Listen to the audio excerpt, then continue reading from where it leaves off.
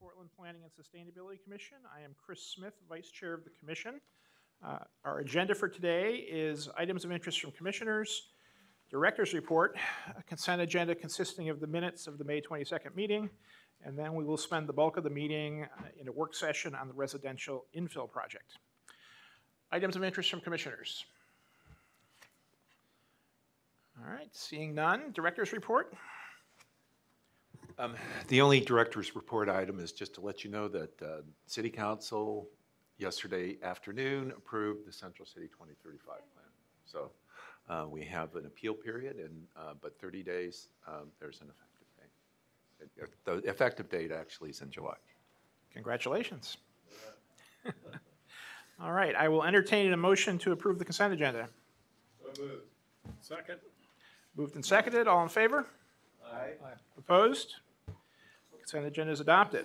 All right, we are now in work session on the residential infill project, and I will read the disclaimer we've been using at each of the meetings.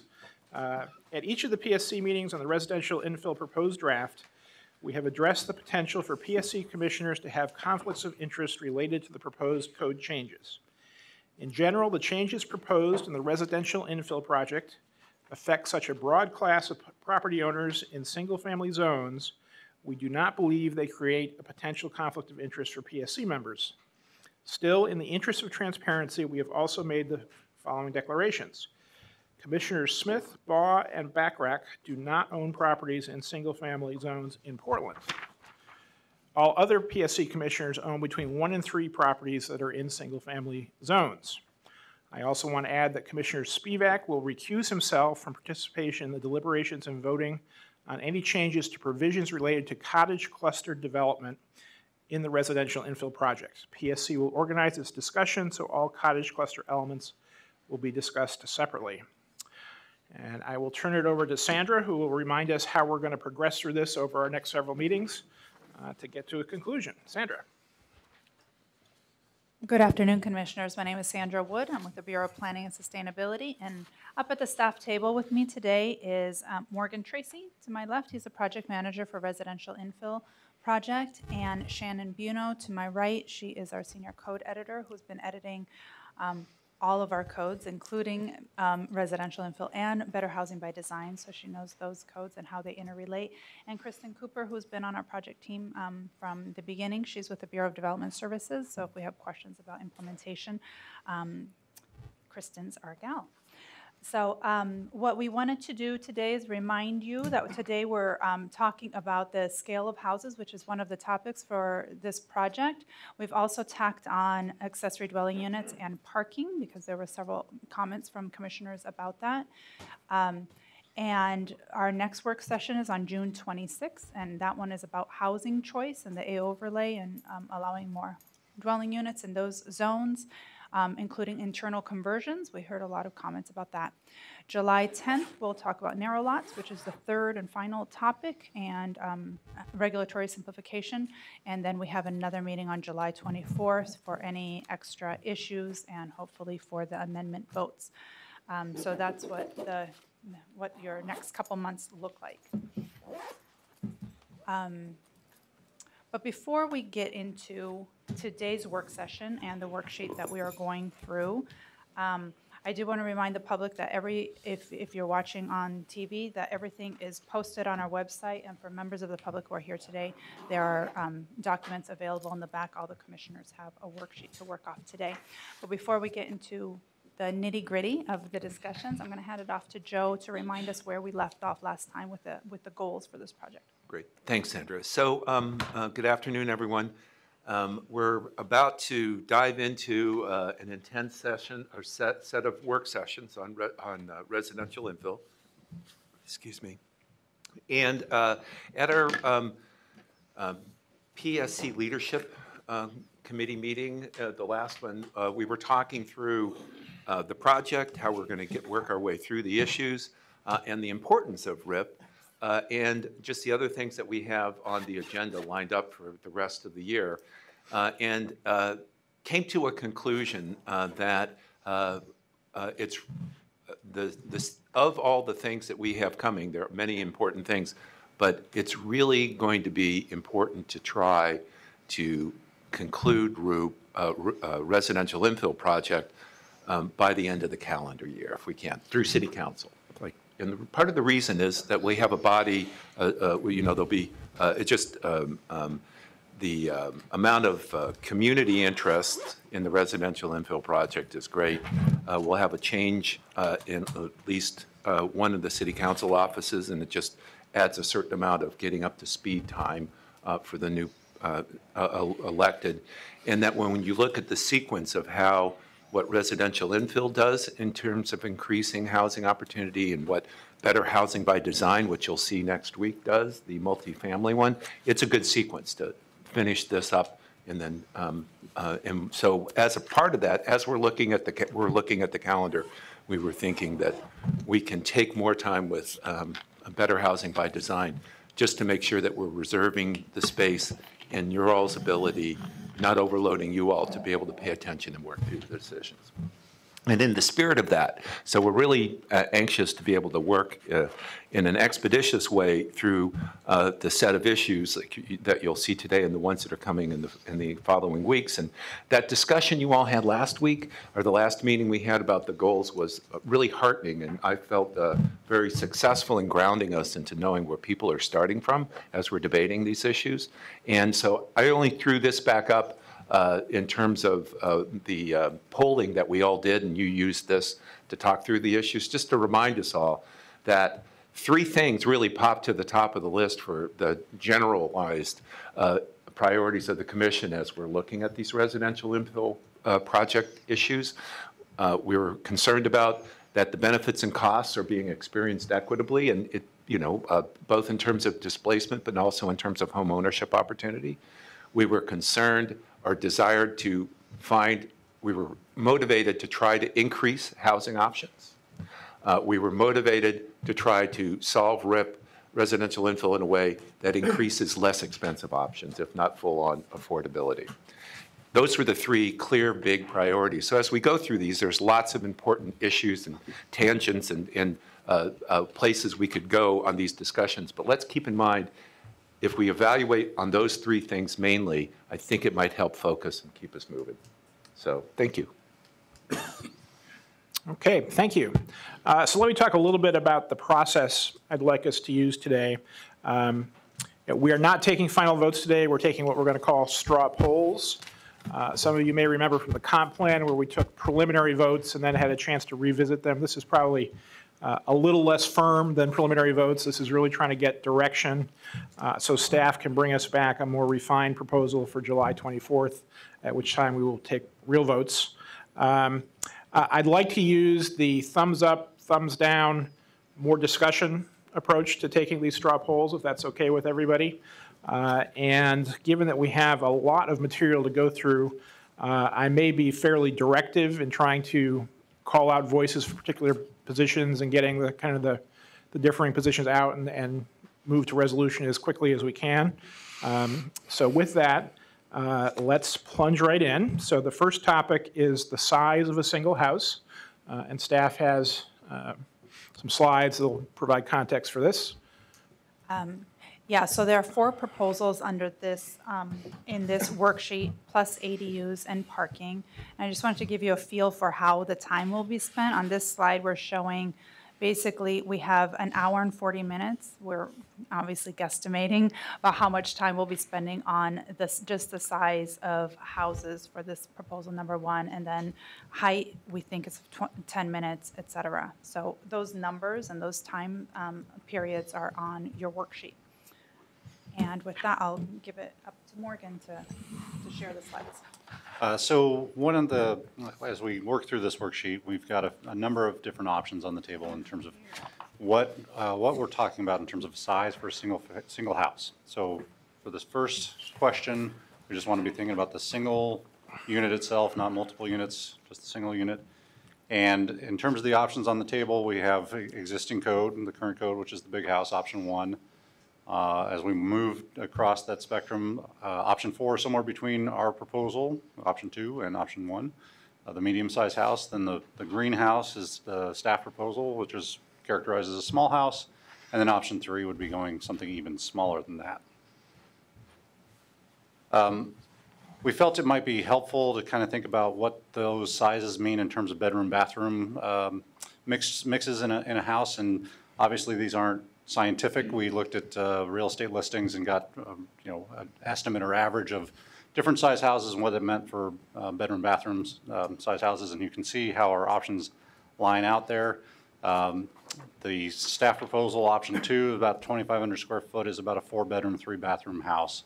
And we can go smaller than that or bigger than that, depending. But this was in relation to some of the questions that the commission had around what are we really accomplishing in that amount of square footage. So just to recap what our decision points here is option 1 is retain the code, which is big house. A staff proposal is a small house, reduce the size even further with an even smaller house, or go somewhere between the small house, big house with the Goldilocks medium-sized house. Option 5 is something a little bit different, which is to vary the size by neighborhood. And so I'll leave the discussion to the commission. Okay. All right, so let's try and narrow the options and practice our voting. So right off the bat, is there anyone who believes that we should not be changing the current code regarding size, that we just leave things the way they are? Let's use our thumbs. So the question is, essentially, we're looking to dismiss option 1, I think. So Katie, did you want to talk about that? No, I just want to ask a real quick question about this. Can you vote for 2 things? Hopefully, we'll get through this in a way that we can explore all the nuances. But yeah, we'll find a way for you to express that. Rather than vote? Can you vote for 2 things? Is my question. We'll find a way to let you Sorry. do that, yes. Okay. I suppose I should add, if there's an option that's not reflected on this table, Right. this would be the moment. Yeah. Well, let me address that. I think the gap between staff proposal, 2,500, and medium, 3,800, to me, the right answer is somewhere in there. So I think you went from your proposal to medium was too big a jump. Yeah, and also, we have some numbers out there. Okay. Don't fixate on the numbers. Okay. Well, I just want to clarify, by voting for medium, that doesn't necessarily mean it's 3,800. Right, so let's just see if we knock off this. So I didn't hear any interest in not changing the code at all, right? So now are we at the sweet spot? Should it be smaller, bigger? I know we're going to have some folks interested in bigger. Let's see if we can take smaller first. Andres, I think you had some interest in potentially starting at a smaller size. Do you want to articulate a view on that? Sure. To my knowledge, I can't thumb vote, so I'll be speaking Okay. verbally. I think I suggested option 3, but I'm only interested in having an even smaller house if it's combined with option 5, or sorry, I actually don't think it's up there, with scaling based off of the number of units. And so I think if we adopt a scaling FAR model where we say for a single-family home, you have 0.5, for a duplex, 0.6, for a triplex, 0.7. I think if we adopt that model of FAR distribution, where the more units you build, the larger the house sizes get, that we should start smaller than the current proposed 0.5 FAR for R5 zones. Okay, so is there anyone else who'd like to argue for, so I think we can take that in the context of the scaling discussion, which is a little bit later. Anyone else who'd like to argue for smaller as a starting point? Okay, so then I suspect we're between 2,500 and something larger, and let's open it up for opinions about where we might want to be on that. Ben, you had your hand up. I have a question for staff. One of the other discussion items on the table is whether we stay with the current ways to determine what the box is or switching to FAR. How is that decision tied to the size of the house? Is this basically locking us into an FAR discussion because it's easier to determine what the actual square footage is, or not necessarily? Not necessarily. I think what we're trying to do is use just the square footage as a proxy. Even hearing the discussion about 2,500 square foot house, that's only if it's an R5, a 5,000 square foot lot. That's how the 0.5 FAR translates to. So I mean, part of what's very foundational to our proposal is that the house should be proportional to the lot size, and that's what FAR does. That's what building coverage does. If you have, a percentage of the lot can be covered with building. So a 2,500 square foot lot does not equate a 2,500 square foot house on it. So I think we're just trying to understand if even with the example that's easy for all of us to use, 5,000 square foot lot in R5 is 2,500 feeling too small. Kat talked about the sweet spot, not sure if we're hitting the sweet spot, and the number of bedrooms was one of the things that she asked about. That's why we shared that slide. So that's what we're trying to define. What is that sweet spot? Okay, I have Teresa, then Andre. So a couple things with this. I think one of the major concerns we were trying to deal with was how that house felt on the street next to the neighbors, not necessarily how big the house actually is. So that has to do with how you measure from the street and some other things. So from the outside, from the neighbor's perspective, it's what does the thing look like there? And then secondly, I think we have to be respectful of people who own homes who want to do remodels or additions, which, you know, continues repurposing of a home. But if we can only allow 2,500 square feet, that might push an unintended consequence in that people are unable to do whatever additions or changes that they wanted to do to their existing home. Andre? My comment is size is not a determinant of bedrooms. And so increasing the size may not get us a family house still. And so while size is great, I think scale of the house in the neighborhood and bedrooms are a more important determinant than size. So I'm hesitant to say go bigger only because we're not getting more bedrooms as a guarantee. And I don't know how you guarantee more bedrooms, but you could still have 4,000 square feet and two bedrooms, and that doesn't seem to serve the purpose or the intent of what we're trying to do. If you're trying to get more families or living units for families. Other viewpoints? So to Teresa's point, I think there is a provision where you can, once you have your house, you can expand it sort of periodically, right? Every 5 years you get 250 feet, is that right? To address the remodel concern, a little bit of the implementation concerns around how FAR would work, but also acknowledging the adaptability of homes over time. We provided for one addition up to 250 square feet in every 5-year period on existing houses. Okay. I think to Andre's concern, I just want to probably jump in for Kristen here and talk a little bit about the concerns potentially of trying to do a plan review and verify bedroom versus some other type of use of office space or spare room or bonus room and what the distinction is there. So just another thing to consider.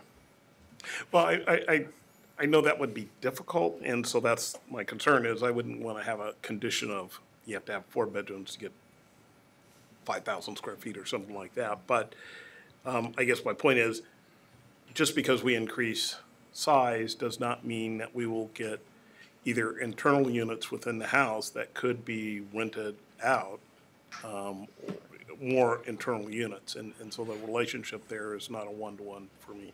That's right. Okay. And I should add, for purpose of our discussion, that Chair Schultz is actually with us on the phone for at least the first hour or so, and Michelle is watching, I think, in real time, at least for part of this meeting, but is not connected by audio, and we have written comments from both of those. Kat, I think you had provided a comment that the sweet spot might be a little bit bigger. Would you want to speak to that? Can you hear me? Yeah, we can. Okay, sorry, I just took you off mute.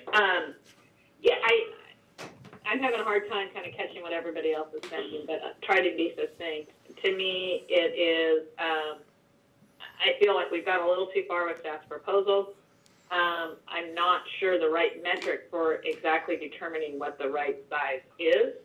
I'm intrigued by Andre's notion of, you know, maybe it is a discussion about bedrooms or rooms that could at least serve as bedrooms for other people's options, whether they use them as bedrooms today or not. I don't know, but I think I'm trying to kind of put those two pieces together, that I don't know that larger is necessarily bad, as long as we figure out how to make the size of the box fit the context of the neighborhood. And so that's my comment is I'm still struggling to find that sweet spot. And I think it's somewhere in between staff's proposal and perhaps some of the larger homes that are being built today. Eli? If we're doing general talking about the sweet spot, I actually think that the staff proposal is not a bad spot for the starting point, because I'm looking at this in terms of what the incentives are. And I think that I would like to incent more smaller units within the project. And one way to do that is to start the base relatively low. I think this is a decent spot for it. I think that with some of the lots, if you especially get outside of this normal lot picture to a 3,000 square foot lot or R2.5 lot, I might want to put say you can definitely build a house at least a certain size, which is one of the concerns with the straight FAR formula, is that you can get to some pretty small houses on really small lots. And in terms of the bedrooms, I think it would be a mistake for the city to try and regulate that at all. It's going to have to be a law of averages, how many people live in those homes. And even if you count bedrooms, you might get 2 people living in a house with 4 bedrooms in it. I support, and in terms of labeling, I hope that small house is never the label for the 2,500 square foot house. I built a lot of houses, 1,200 to 1,600 square feet with 3 bedrooms in them or less. That's a fine, plenty of space for a 3-bedroom house. It can be 1,000 square feet smaller than that small house. Okay. Joe, you changed your mind? All right, Andres and then Jeff. I think for me, similarly, the sweet spot would be in multiple smaller units. The houses I've rented in Portland have been 2 and 3 bedrooms for 1,200 square feet or less, so it's definitely doable and comfortable. And I think that as we've seen, I think the only hesitation I have with not discouraging larger homes is that there is a correlation between size and cost. And if that space could be used to create multiple units that might be smaller but also more affordable, I think that's important to consider. Also recognizing that I'm not as familiar with the development process, I'd be curious in hearing a little bit more about the challenge of counting the number of bedrooms in a development, since the city does have standards on what is a bedroom. Okay, I have Jeff, Mike, Ben, and then Teresa. I appreciate Eli's perspective that it would be great if we could see only 1,500 square foot single-family houses.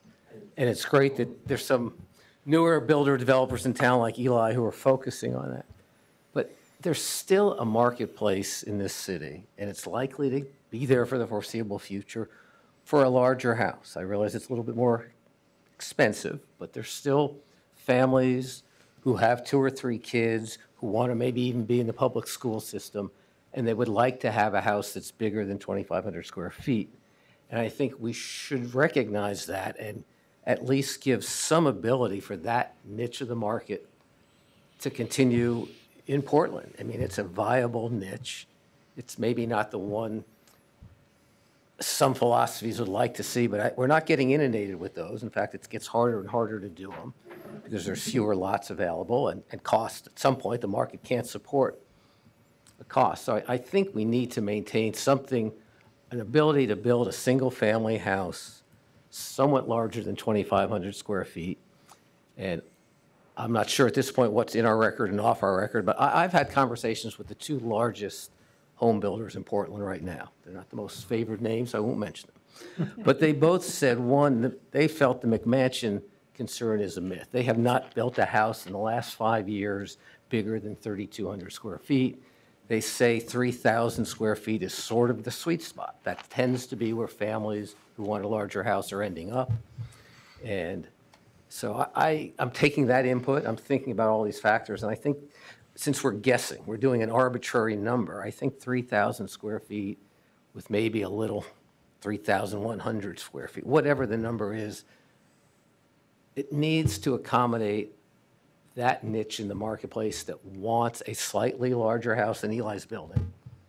And I think it'd be a mistake in the interest of making RIP work to squeeze that down too much. I think we'd be forcing niche in the marketplace we want in the city out, pushing them out of the city. So I hope we come in something around 3,000 square feet.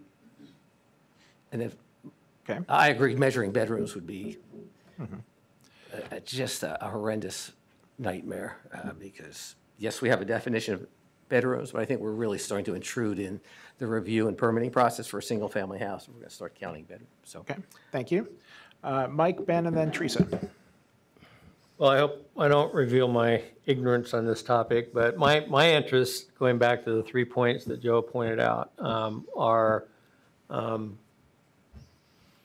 less expensive houses and more opportunity for people who own those houses to become landlords in one way or another over time and increase their wealth and equity.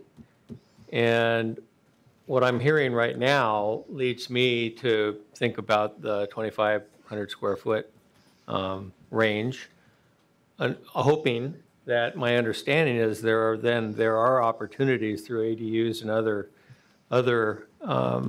methods for that individual over time to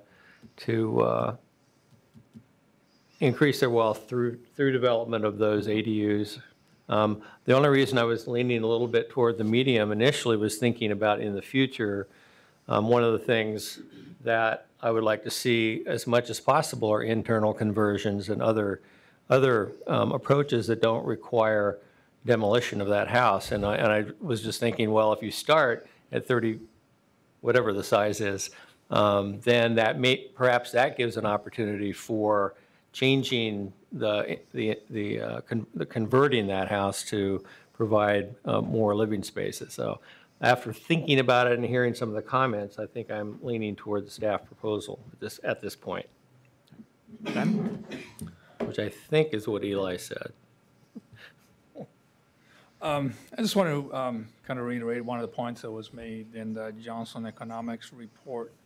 Basically warns that putting a cap would basically make building in Portland less profitable, with a kind of consequence, byproduct of that, to have less units built, which is probably the opposite of what we're trying to do here. I think this comes down to allowing more choice.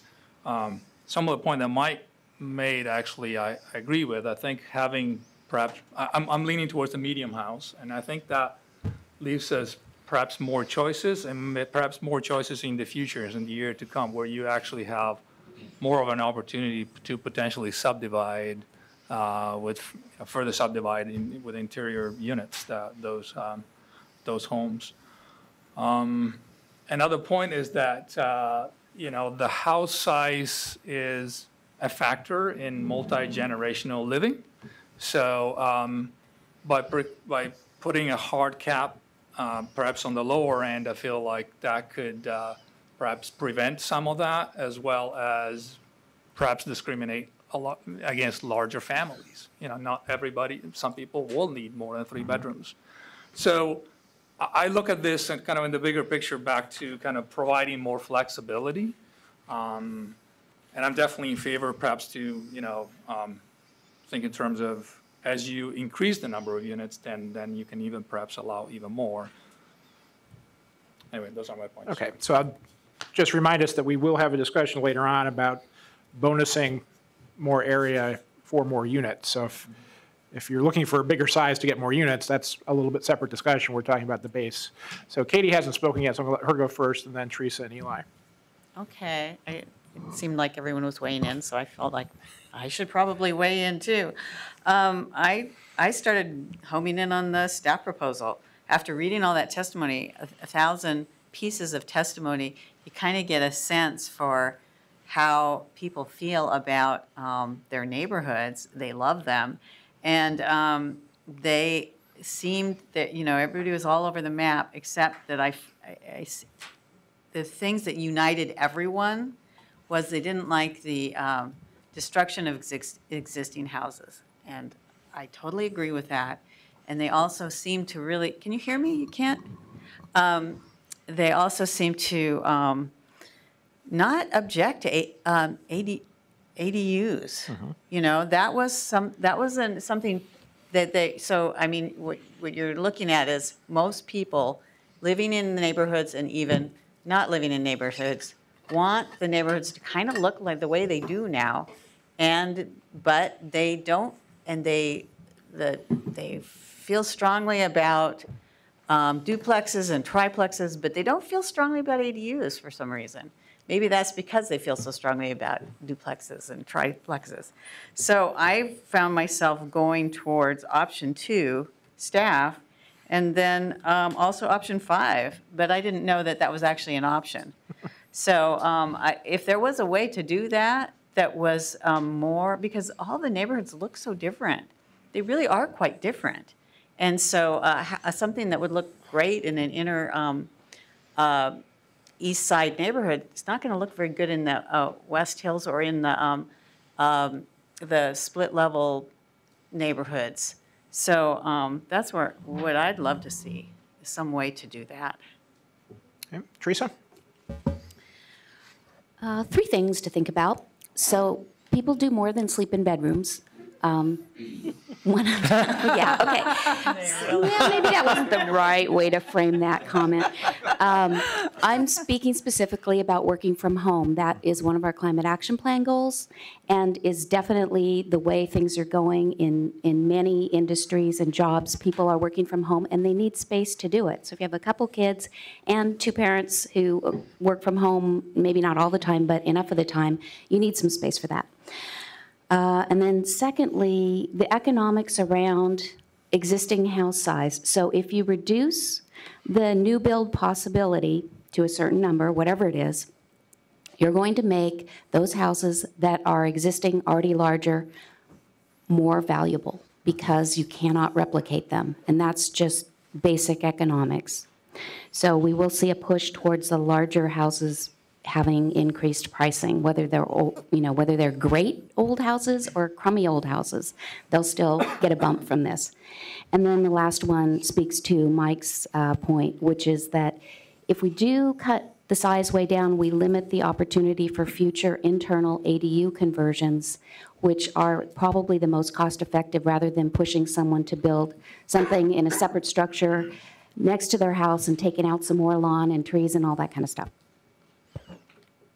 Eli, and then I want to see if we can drive to a conclusion here. Okay, possible compromise with what Jeff is describing is I want to put a little pressure on these builders to do internal accessory dwellings on these.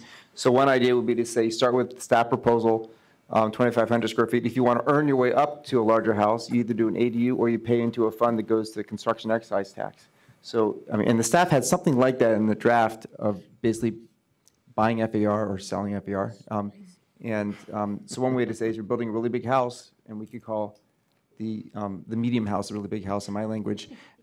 Then you gotta pay a little bit Robin Hood tax, and that goes to affordable housing. So that would be an alternate way to let someone who has the means get the really large house, but they have to support some housing along the way.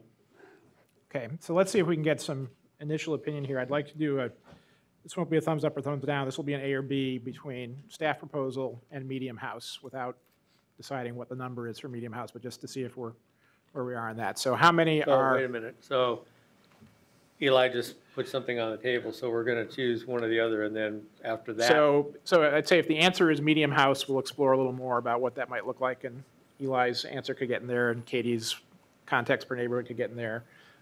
So let's. But if I guess I'm concerned because if I say, well, I want a larger house, but I want the Robin Hood tax, steal the term. That was my question. But you don't get the Robin Hood tax, I don't want to be locked into a larger house. So Joe. Go ahead. So I think that the Robin Hood tax and that, I didn't and say that the idea borrowing is the issue term. number 2. I think issue number 1 is if somebody comes in and builds a single house, Yes.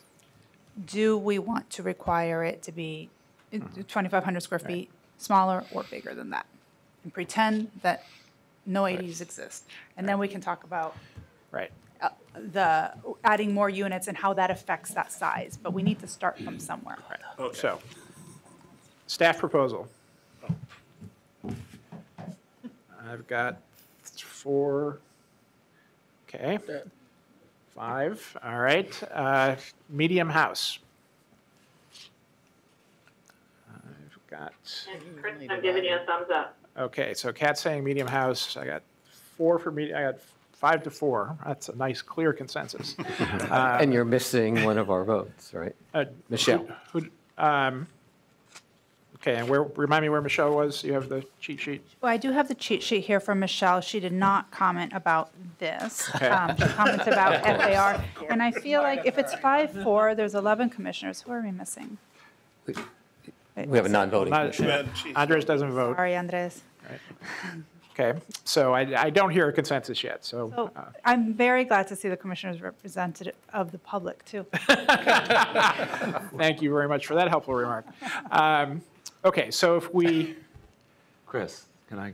please, Yeah, so if I could offer a suggestion, so this is even the medium, small, or however, staff proposal and bigger than staff proposal, the range that you all were just talking about is 3 to 2,500. So that's Right. maybe it would be fruitful to put a bookmark there with a 4-5, and then take a look at this next issue, because that's the path that a lot of you are talking about, Robin Hood tax or whatever. But the ability, if you're going to go bigger, is there more that you would expect from that? So maybe that helps. everybody good with that? Okay. So the next question is, what happens when there's more than one unit?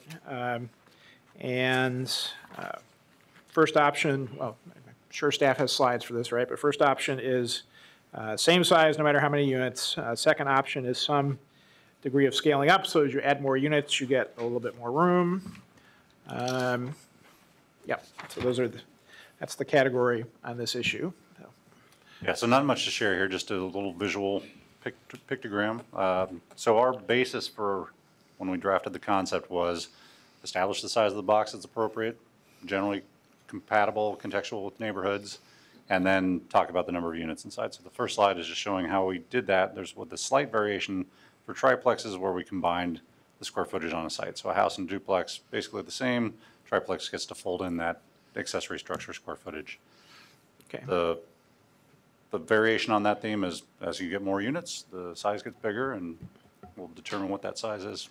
And you also have one flavor here where you do start a little bit smaller at 0.4 FAR, right? So you're suggesting the bonus per unit is 0.1 FAR or some other measurement equivalent to FAR that we might use. But so I guess interested in the range of opinions from, I've also heard, you should pay, you could be able to pay into a fund to get more FAR by unit, smaller, is that a big enough increment? So let's open it up. Eli. I'm generally in favor of, once we get over, I'm thinking 2,500, but whatever the number is, I'd like to see some public benefit come, because we got so many comments about larger homes leading to more demos and concern about larger homes in terms of character. So I'd like to see some public benefit. For me, eligible public benefit would be funds for affordable housing, more units, so more supply, and there may be other things on the list, but those are the ones that come to mind. And in terms of, I love the idea of, as you add units, you get more volume to work with. My real concern with really large homes is not so much how big they are, it's more that there's just one household there. And so I could see it going up one size step to go to a duplex or a house with AAU, another size step to get to 3 units. And maybe if you're talking about 4 units, maybe you still got to be stuck within that same envelope. Maybe you don't get to go any bigger because 4 units is a stretch. So you don't get any bigger when you get up there. So that would be one conceptual way of laying it out, is you get a bigger for each unit, up to 3. If you're going to go to 4, you're still stuck within the 3 limit. And there might be an alternate option to pay in lieu. And do you have a view on whether the 0.1 FAR is the appropriate bonus unit? I think it could be. Yeah, in the, I think if you went from, if you started at 2,500 and then you could bump up so on a 5,000 square foot lot, that's 500 square feet each. Right. So basically it gets you up to 3,500 by the time you're adding 2 units. And maybe you could do 4 in that same volume. The nuance is how you deal with detached structures. I've sort of been running the assumption that FAR is covering all the structures, because that's the way it was, well, actually, the staff, proposed it to have it be separate for the ADU. I think there's some problems on how detached ADUs are handled that make it hard for me to answer that question. But I think that, at least for the main house in the front, let's just assume there aren't any detached ADUs. I think that the 0.1 probably works. Okay. Other opinions, Teresa? So Telluride, Colorado did an interesting thing, I don't know, about 15 years ago. They were having really big, really expensive houses built, and there was nowhere for the people who were like doing the services in the town to live. So they made a rule that if you built a big house, and we're talking like 5,000 and 6,000 square feet, that you had to add a nanny quarter or a place where somebody could be. So happily, people just added these on, but they didn't let anyone live in them. So, Andre? It seems to me, as we look at the bonuses, whatever we decide on the house size, we ought to put a limit to how big you can go. So if you start at, and I'm going to say 2,500 or 3,000, you can only go so much up with the bonuses.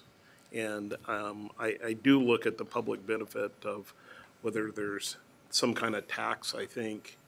And then, you know, from my standpoint, we're trying to get more units. I mean, there's this issue of volume. So we ought to look at that benefit of, if you want to get bigger, give us a public benefit of what we're trying to do here and get more units. And whether those units are, if you're going to build bigger, I like what Colorado did, whether they use it today or tomorrow, but if you build an internal unit, you could get bigger by building the internal unit, or you could build the ADU or do a duplex, triplex, but you have to build something. And if they just use it to put their kids in, so be it, but that unit is there, and theoretically, the idea is in time you would get something. Okay, so let me just get clarification from the staff. If you build an internal ADU, does that count towards the square footage limit, or is that above and beyond? So just for total transparency, if it's above the basement level, right, then it would be part of the FAR and would count as part of your total for the primary structure. But a basement unit is sort of free from a square footage point of view. Okay.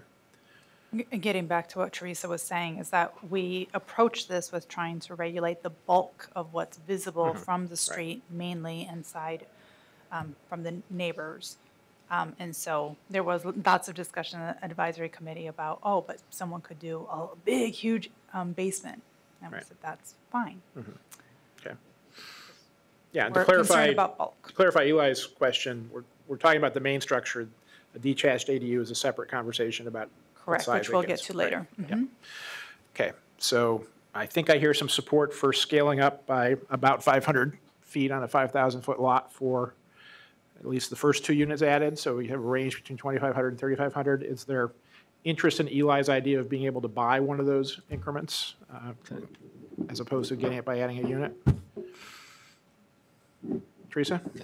It really depends on how much they cost, because if it's an insignificant amount, then I don't think we've achieved anything. So it needs to be significant enough to be useful, and I don't know what that number is. Andre, and then Andres, and then Jeff. I think Jeff's been waiting. Okay, I'm sorry, Jeff. Well, first of all, I agree with Eli, and we had a lot of testimony on the issue of you got to allow a bigger box if you want to get duplexes and triplexes. So whether that's 500 square feet a bump or not, I don't know. I think we had some testimony. It may need to be a little bit bigger than that, but we can come back to that. But the policy question I'm bothered by, and I may not sure how others see it, because sometimes others don't see what I see. Our goal is to see if we can get more duplexes, more triplexes, more density in these neighborhoods. And so if we're approaching that objective with, but you got to show a public benefit, I thought the reason we're encouraging duplexes and triplexes is because we think that is to the public's benefit. We will get more density. We will get, we think, ultimately more affordable housing units. So now we're saying, but you got to pay a public benefit tax, a Robin Hood tax, I think that's contrary to what our objective is. I mean, the Robin Hood tax strikes me as we really don't want this that much, but if you pay money, we'll let you have it. Maybe I should clarify. I was only thinking that if you did a single house. If you did a duplex or triplex, you wouldn't have to pay.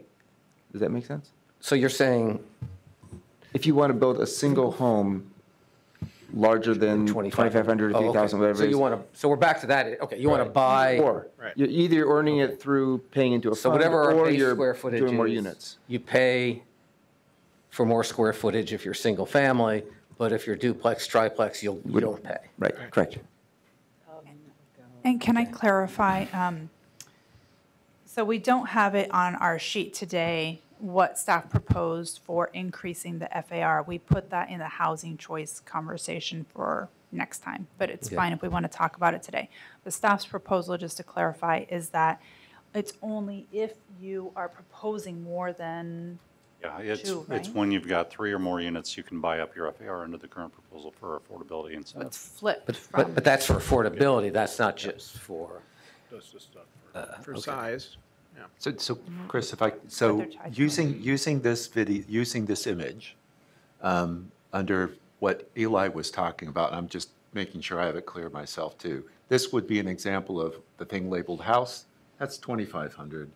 Duplex, 500 square feet more, gets you to 3,000. Triplex gets you to 3,500. And again, that's in the range that you all were just talking about earlier, in terms of how big a house might fit. It also gets you more units, which is what Jeff was just saying was the whole, really what the public benefit we were talking about is about. And it goes back to the economics too, which was the size of the box limitation was one of the biggest ways that the residential infill was helping with an issue that is not a priority for the PSC, but with some of the public, about replacing an existing house with another just single house. If you go bigger, you're going to get more than one unit, so. Thanks. Mike? Yeah, I was disappointed my colleague, the other side of the room, omitted fourplexes in the conversation. And I do see a question mark up there. One of the things I'm interested in is seeing more fourplexes.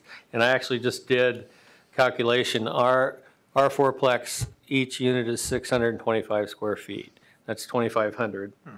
The common area obviously adds to that. I'm not sure what it is, but I think it's likely to be somewhere 3,000 or maybe 3,200. So there's no reason you can't have a fourplex in that same range. It doesn't have to be that large.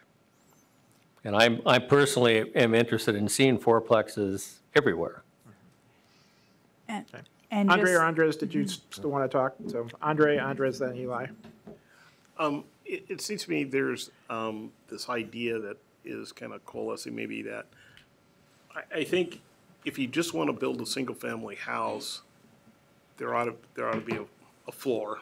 that makes sense. And if you want to build a larger single-family house, to me, that's kind of the pay into a fund issue. But if you want to get, a bigger structure and build a duplex, that it's kind of by right. You can build the duplex, you can build the triplex, you can build the fourplex.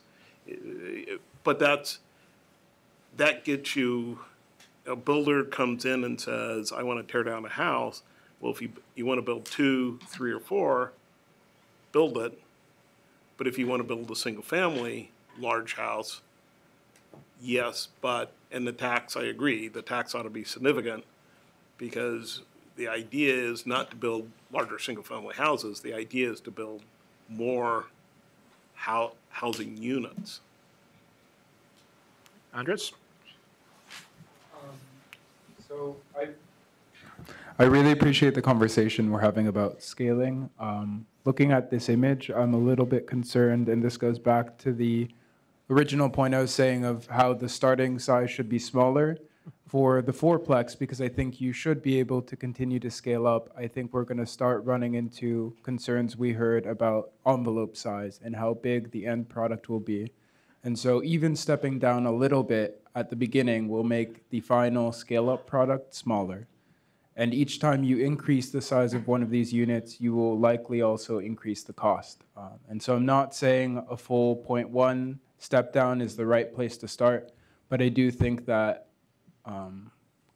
remembering what the neighborhood associations and neighborhood character groups reminded us of about the final size of the home, I think that that's something we should consider, because I think it is important that each time you add a unit, you be given more room to work with. But if that makes the final result huge, then I think that's something we have to consider as we scale. And that might require starting a little bit smaller, at least for my take. From what I'm hearing, I really like this idea of, as part of it, having you can add more units for more FAR. You can pay into a fund if you want to stay with a single-family home. In response to what that amount should be, I think it's important that this proposal dovetail well with the affordable housing bonus that was already being discussed in the staff proposal. So under that model, unless I'm wrong, there's an option to pay an in lieu fee for the affordable housing. And so there already should be a calibrated amount that roughly equals you could provide affordable housing or you can pay this amount of money. And so for me, that seems like a good starting point for how much it would cost to buy more FAR. Maybe it would be a little bit different because of the amount of FAR being discussed. But I guess those are my thoughts right now. Eli? I think that trying to address what Andres just said in a different way, I could see the fourplex cap being the same as the triplex cap, which is 1,000 square feet bigger than the one Mike's living in. So that might be one way of saying that, you can go up to 4 units, but once you're at 3, you don't get any larger.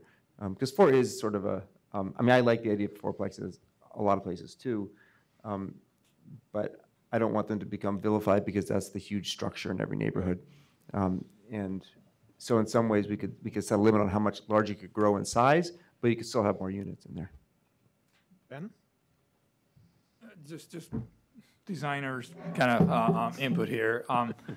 I can't resist it. I just like to shift the parameters of the conversation a little bit. We're focusing a lot on size as if this is the only really parameter that determines how, what the impact of the structure is on the neighborhood. And you could have a 2,500 square foot home that looks really, really bulky and really doesn't fit, and a 3,000 square foot home that fits a lot better because of how it's designed. And so there's ways to mitigate that size impact greatly, a lot more than the size.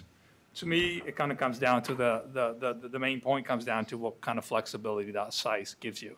So even at the lower end, I'm a little bit concerned about a hard cap because it might preclude some flexibility that maybe you do go and have 1 unit now, but it could become 2 or 3 or multiple units later. And again, the multi-generational living type of aspect of it too.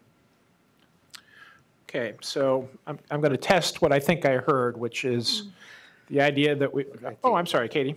That's okay. I just wanted to say that I think that getting up to fourplexes that are almost should only be for lower income units. I almost think that there should be Only some what? kind, only lower income units, and that the fourplex should be saved for people who want to build lower income units.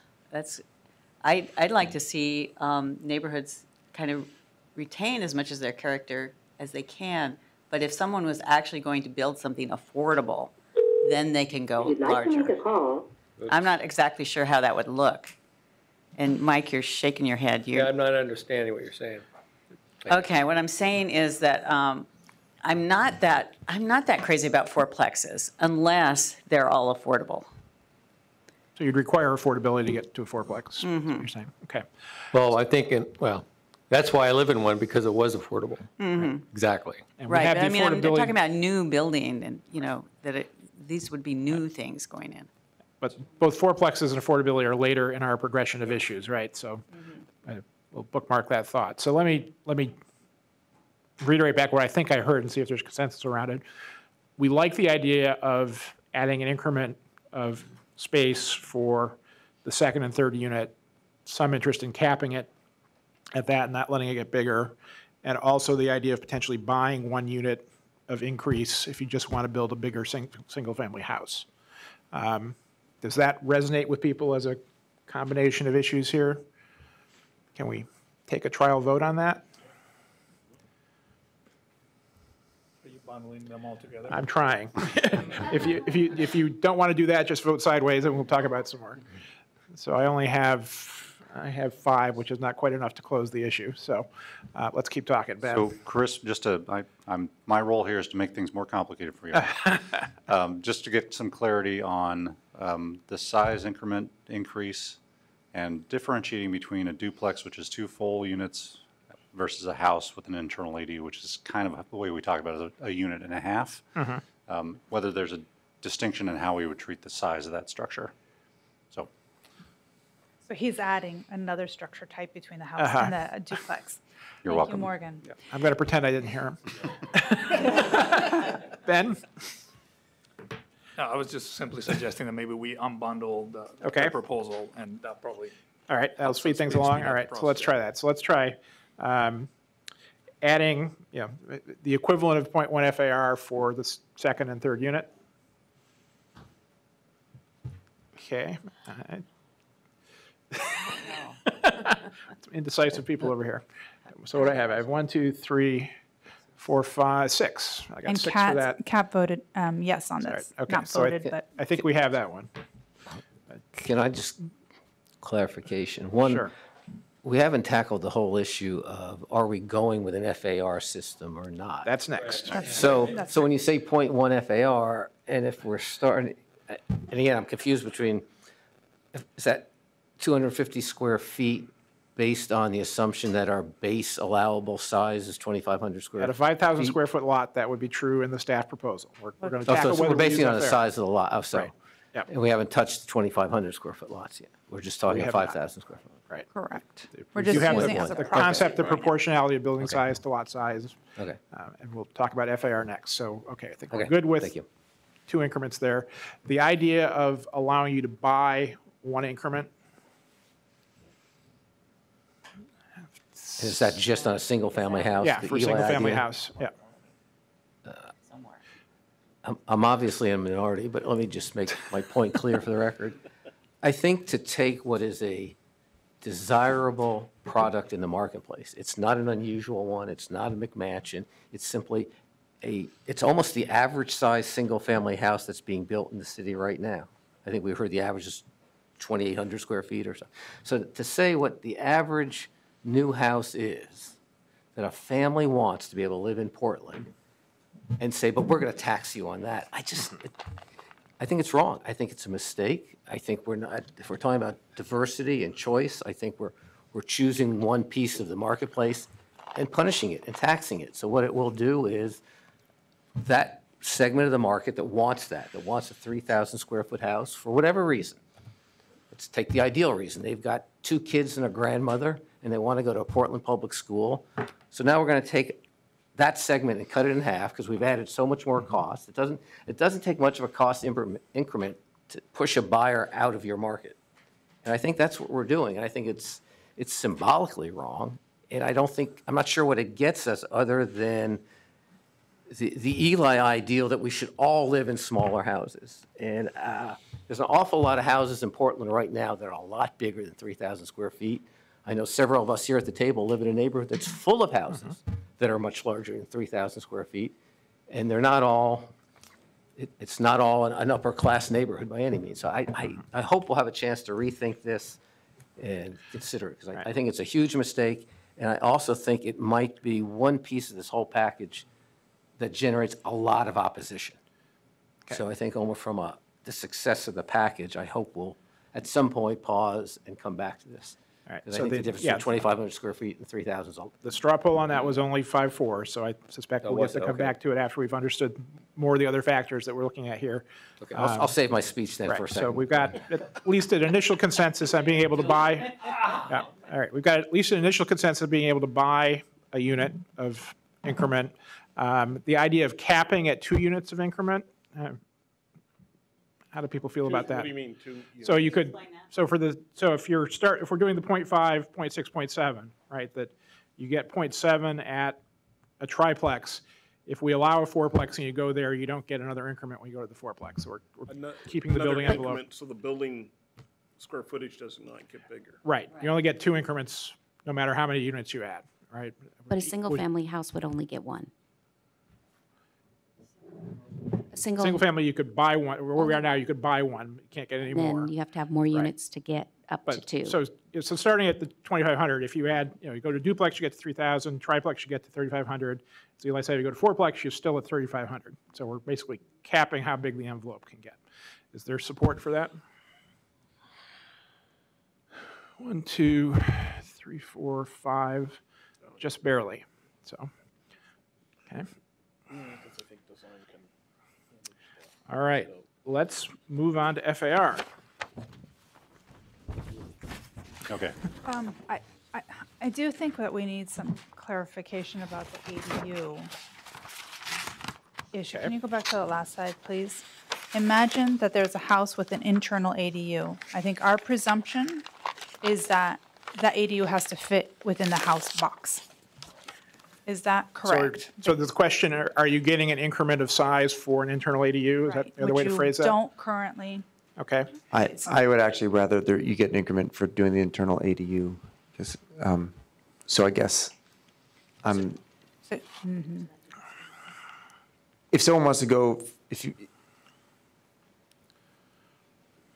whether it's called a duplex for a house with ADU is not that different in my mind. Well, it is in the city's mind. We've, I know, yeah. with SDCs, and we've set up the whole SDC is the main programs difference, and the yeah. building code. So that's, I think, another discussion for the ADU portion. Maybe I put it to the ADU, yeah. I just have a question about that. So in city code, when they come in for the building, let's say we're going to talk about that and give them the ability to have that internally. An internal ADU, you're talking Internal about. ADU. So by definition, that would have to have a kitchen. That's what triggers the questioning The of, questioning of. hey, is this so it another has unit? It has 2 defined living units within the box. correct. And we would say, if you have those 2 defined units, but to Teresa's point, they may not use the second unit as a living unit and may say, we're just throwing the kids in the, Correct, and that's okay, but we still get the 2 defined units within the box. yes. Okay. And so our question is, in this structure of the house gets one size, it gets bigger for a duplex, it gets bigger for a triplex. Without provoking this conversation, I'm thinking the ADU fits into the house, but I don't know if that's what the commission is giving us. Eli has expressed the other view. Right, Other opinions? Well, I'll just say the reason, I think that once we get to the FAR discussion, that'll help clear some stuff okay. up, because in some ways, this is all concept talk, and FAR is a really slick way of implementing it. But if we don't have that tool at our disposal, then we're kind of figure out some other way to do it. But in terms of providing public benefit for going larger home size, I think ADUs provide public benefit just like making it a duplex does. So I am looking for some kind of incentive to build an ADU or a duplex to get you above the 2,500 threshold. So in concept, I like the idea of incenting a separate dwelling unit, whether it's called a duplex or an ADU. Teresa? Just to remind you that if you do require an ADU inside the house, it does add cost to the house because you're putting in bathrooms and kitchens, which are the most expensive rooms in the house. So we're trying to keep things as simple as possible, I hope. So Eli, are you thinking if you add an ADU, you get X amount of extra space, but if you actually build a duplex, it's X plus something? They might even both be X. Okay. I'm not sure. But in my mind, it doesn't make that much difference in terms of public benefit, whether what's in that house is 2 1,200 square foot units or a 1,600 and a 800. I don't see a real big difference in public benefit, what they're called. I see why someone would do the ADU because they save money on system development charges, but anyway, does that make sense? I'm not sure the way to, I think we should table this piece of the discussion until we've talked about FAR, because what tools we have at our disposal impacts how well we can actually achieve any of these. Okay, Andres? For my own understanding, my understanding was the primary difference between an internal ADU and a duplex is an internal ADU is secondary to the primary structure and smaller, and the duplex would have to be approximately the same size. Would that still be the case? So the first part of that is mostly true, except for one element of our proposal. So the basement ADU may not always be smaller than the primary. That's a little bit of an exception. For the duplex, it doesn't matter. You could have an 800 square foot and a 1,600 square foot set of units and still call it a duplex, but there's a benefit to calling it an ADU to take advantage of the SDC issues. There are some other design implications, and we have a table later that we can go through all those details. But All right, let's take a quick straw poll and see if there's any kind of consensus on this. Internal ADU should be bonusable just like a duplex. 6, yeah, we're there. Okay, thanks. Sandra's very happy, I can tell. No, just as big as a duplex, that's what I'm hearing. Right. Okay, so FAR. So there were a lot of comments from commissioners with concern about whether FAR was making things too complex for the average person trying to develop. Is there anybody who'd like to speak in favor of FAR as a tool for this? Sure. So I have a question, because I agree with the concerns about FAR, and I suspect that as soon as we shift to another tool, we're going to have some new concerns that haven't been brought up yet. So is floor area worth thinking about as a metric? That's what's used for accessory dwelling units today. Living area, I'm sorry, living area. So that's just kind of a question for staff. I assume living area is easier to deal with than FAR, still harder than height and setback, and it's gameable because you can do vaulted spaces and things like that. So I'd be interested in like a minute of thought of what staff thinks about. Would staff like to review the alternatives to FAR as a starting point for this conversation? we can do that. So just a little bit of background here. Currently how we measure bulk on a site is basically a calculation of the height times the building coverage. And there's effects of how you apply setbacks, but generally the building coverage is the limiting factor, and then you multiply times height to get your bulk. So that's sort of the envelope that creates that orange block. We don't see houses typically filling out that orange block, but we are starting to see duplexes now getting 3,000, 3,200 square foot each side large. So this is kind of what can occur when you start filling up the entire volume of the building coverage times the height limit. So the proposal is that we would keep that envelope but limit the scale by using FAR, so that blue box is essentially the translated orange box. It's the building coverage and height. You can see on the far left how that gets filled up in a maximum build-out scenario, and the FAR kind of keeps it limited but more flexible inside. So the images along the bottom just show different variations of how houses can fill up that box without being oversized. So in terms of some of the challenges and opportunities for FAR, the nice thing for FAR is it provides for greater flexibility. We're not prescribing a specific building footprint and height, which tends to lead to a certain outcome. The FAR is proportional to building size, so as the lots get larger, the houses can get larger. A little bit to Jeff's concern, maybe those houses are better suited for larger lots. The real advantage for FAR that you'll see in this project and others is we can leverage it for bonuses, for affordability and other types of bonuses. It can be used to promote or deter certain types of development. So it promotes basements because we don't count basements. It deters garages because that counts against your square footage, and that's less valuable than living space in most cases. From a modeling perspective, in terms of our economic modeling and transportation modeling, it's a bit of a known quantity. We can apply it through GIS rather easily, so that's better.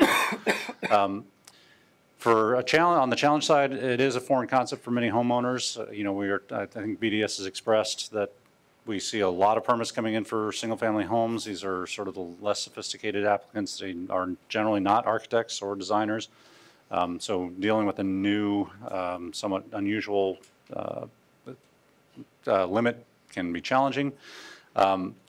For single dwelling type homes and structures, you got a lot more crevices and nuance, a lot more stuff to measure than larger commercial structures would tend to be more boxy, right? They're just basically a box with floors, whereas a house can be all sorts of different things.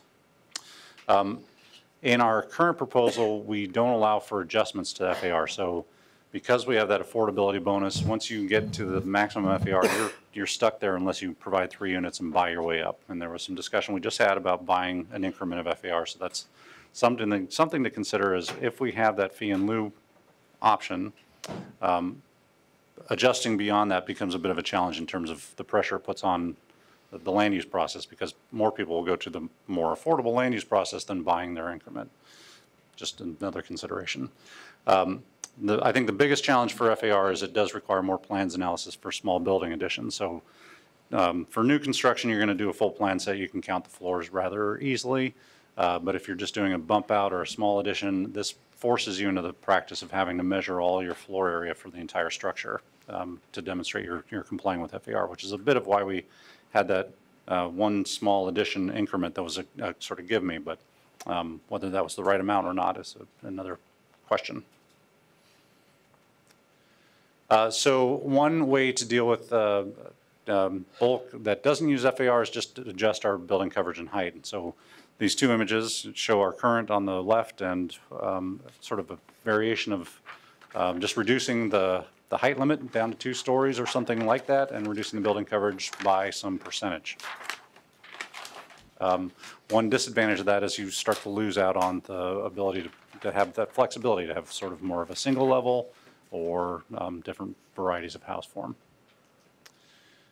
We also talked about some combination of other tools. So this is kind of the sky is the limit option. So we have height, building coverage. We could look at the size of the front facade. We can look at ways to address setbacks or the building depth, and either have those relate to the different size lots or different widths of lots, or any number of other measures. But that's something, if we decide to go this direction, we will have to do a little more modeling and come back with a more specific proposal for you. At this point, they're just sort of ideas. One other option is to apply FAR to new construction only. So this deals with the complications with smaller additions. Generally, you have a designer or architect involved in new construction. This does introduce a little bit of complexity and potential inequity or inequality in how our code's applied between different applicants. So that's another consideration. And that's our options on the table. So I would just ask Shannon to look up the definition of living area to get to Eli's question about what the difference is between living area and floor area. So living area is defined as the total gross building area of a residential structure, excluding garage area, basement, and then the basement definition is different than the floor area basement definition. Attic area, but it's also measured slightly differently than with floor area, and it excludes the area between the outside of the wall and the inside of the wall, where floor area is to the outside of the wall. So you get to exclude the width of the wall itself. I don't know if Kristen has any position on whether that's more or less easy to measure. I wouldn't imagine it is necessarily more easy to measure than floor area. No, I think it's the issues that Morgan raised in the table kind of capture the concerns. It's really neither here nor there with new construction. When you have a full set of plans and people have the expectation of providing the full set of plans, there's still some negotiation that happens because you're looking at trying to figure out exactly where attic spaces become 5 feet of headroom and whether you count stairs on both levels or you know, things that are, you know, if they have space that's walled off, that's not accessible, it still contributes to the bulk, but if it's not accessible, is it still considered part of the building itself? So there's challenges like that can arise, but even with the previous discussion and then with this discussion, I think it's really important to keep in mind how you're going to handle existing development. Tell someone that they can't add on to their house unless they're also adding an accessory dwelling unit, or, it's challenging with existing development. And I think it's important to keep that in mind as you're having these conversations and not just have new construction in mind. So help me understand a little bit the existing development scenarios. So for someone who's just doing a bump out of 250 feet or less, we wouldn't get into FAR calculations because we've allowed that outright. So it would come up if you were doing a larger expansion, you'd have to figure out if you're inside your allowed FAR envelope. In an internal conversion, would it come into play? Generally not, unless you were changing the ceiling height in some area, but probably not. So if you did, like, for example, a dormer, so if you have an attic with slope lot, and now you're doing a dormer, all of a sudden this becomes floor area, whereas before it wasn't floor area. But I guess that would be within the 250 square feet, generally, exception. So, Eli, Jeff, then Eli, and Andre. Can you, Christine, or whoever, walk us through this? If we split it and applied FAR to new construction, I think this is one of the options you guys threw out, but not to remodels or expansions, would that create just new complications, or what would, well, let's take, if we did that and we took just the remodel, bump out, adding a room situation, how would we, what would the limitations be for someone doing that sort of remodel? They're no longer subject to the FAR, so what would they be subject to? So absent some other change, if we did not adjust the height and building coverage just as a base zone change, they would be subject to today's height and building coverage. So potentially an existing house could do an addition that ultimately maxes out that 6,750 square foot allotment on a 5,000 square foot lot. It's not likely, just given the challenges of how a house is constructed, where it sits on the lot, and other construction complications. But it was one of the feedback comments we got from the public when we were out talking about the FAR. Generally, most people were comfortable with where our limit was, but we're concerned about future subsequent additions. When we talked about the 250 square foot addition every 5 years, they said, well, wait a second, wouldn't that let a house get to 6,750 square feet? And I said, well, yeah, in about 80, 85 years, if you were very carefully deliberate about how you planned out those additions. If we split FAR and just applied it to new construction, it would be subject to the FAR limits. If we were, and we didn't apply it to existing houses, then potentially someone could do a very large addition on an existing house. I think a bigger challenge, though, is distinguishing what a demolition and new construction is with an addition, given that sort of discrepancy in your allowances, right? If you have a house on a lot and you can demolish it and build a new house that's about yay big, or you have this house and you can add about yay big, there's an even incentive to either add on to it or demolish and start over. Actually, it's a little easier to start over just because of the complications of additions. However, if you have the ability to go to whatever the maximum that's allowed today just by doing an alteration on the house, you may take they call it demolition, or what is it, alteration by bulldozer, right? So it's removing most of the existing house down to the very minimum to not be called a demolition, and then building the house that you wanted to on top of that. So it just adds a little more pressure to how we describe or define demolition versus alteration.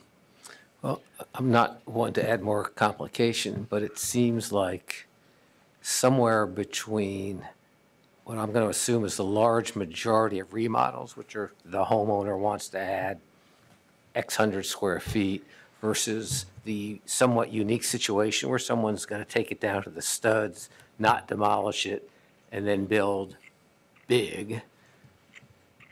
We could probably figure out a way to maintain the rights for reasonable remodels that homeowners have today. Not foreclose that because we're worried about the exception of someone taking advantage and building bigger than we all like. I don't know how we get there, but I'm wondering, Christine, is there a way from a code standpoint that, is there somewhere to draw a bright line between what I'll call a modest expansion of your house versus the pseudo demolition and rebuild to get around the new cap? Well, that's been a really messy process in our experience. We have a major remodel program now because that was something that was going on already, where most of houses, the majority of the house was being taken down and then people were building back. I think in some ways it might be helpful to try to segment this conversation because I agree that FAR is a really handy tool for talking about how big something should be. And I don't know if it's the only tool to get at allowing an increment for additional units or things like that, because I think that this conversation was sort of meant to be, what are you really looking at limiting? Is there another way to get at FAR using things that we're already measuring? And I think the conversation's kind of turned back to FAR is the only way that we can regulate the scale of something and that we can easily give incentives to get slightly larger if you're doing something else that's a public good, but we haven't really explored, or you haven't really explored what the alternatives are, or what it is that you're limiting, even if there's a way to use the existing tools. Do you have a proposal for what existing tools might work for that?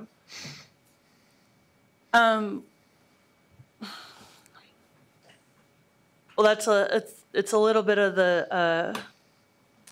the frustration, I think, on our side, is that we're an implementing agency and we have got a lot of stuff to implement on, and so we're not really set up to provide alternatives. But I think that they could be explored. I think one of the concerns that we hear from people in neighborhoods is how big things appear from the street. And so, there are a lot of standards that we're measuring from the street, including the area of the street-facing facade. And so, I mean, all of these issues are definitely related, but the question is just, is it really the bulk, the size of the building? Is there some value attached to that, or is it how big they appear from the street, the scale from the public realm that's the concern? But I think that's why when we were putting this spreadsheet together and Morgan was working on this, we opted to go with option 9, which is a calculate by something else. And BDS was sharing with us that they already calculate the street-facing facade because they need to figure out if there's enough windows on the front facade. That's one of the requirements, 15% windows on any front facade. So they're calculating that. They're calculating setbacks. They're calculating building coverage. So we could potentially talk about what combination of those. We do feel, though, that the FAR gives more flexibility. It talks about this envelope, but it only gives you so much to pour into that envelope. So that's what the blue boxes that Morgan was trying to show. We explored this pretty in depth with our stakeholder advisory committee, which Teresa and Eli sat on. Do you remember the placemats about how to do this? Most people were like, yeah, FAR, but definitely I think it was maybe we didn't quite figure it out to the extent of how is this going to be implemented in every situation. Okay, let me ask one question, then we'll go back to the sequence. So you said you have a major remodel definition. Is that a bright line standard? Yeah, Yes. But I believe, isn't it being amended? I was at DRAC. Jeff, weren't they talking, Nancy Thorrington came to talk about the major remodeling definition, and they were amending it again to make it more flexible? That's my recollection. Okay, But I'm not don't sure. remember having the conversation, so I All don't know. right, so what I'm getting at is if we said FAR for new construction and major remodels, would that get us where we want to be? You can think about that while we go around. So I have Andre, Eli, Ben. Did I miss anybody? Andre? Excuse me, my question is kind of twofold, is for new construction, I'm good with FAR. The major remodels, maybe that's, FAR is good. But for the single-family guy that's going to come in for the remodel, one, the 250 feet, does that cover like 80% of the people coming in for a little remodel? No, it does not. So I don't have the specific numbers, but I was looking at a list of additions, and they're generally running higher than 250 square feet. So I don't have that specific percentage, but it's not like a 90% number.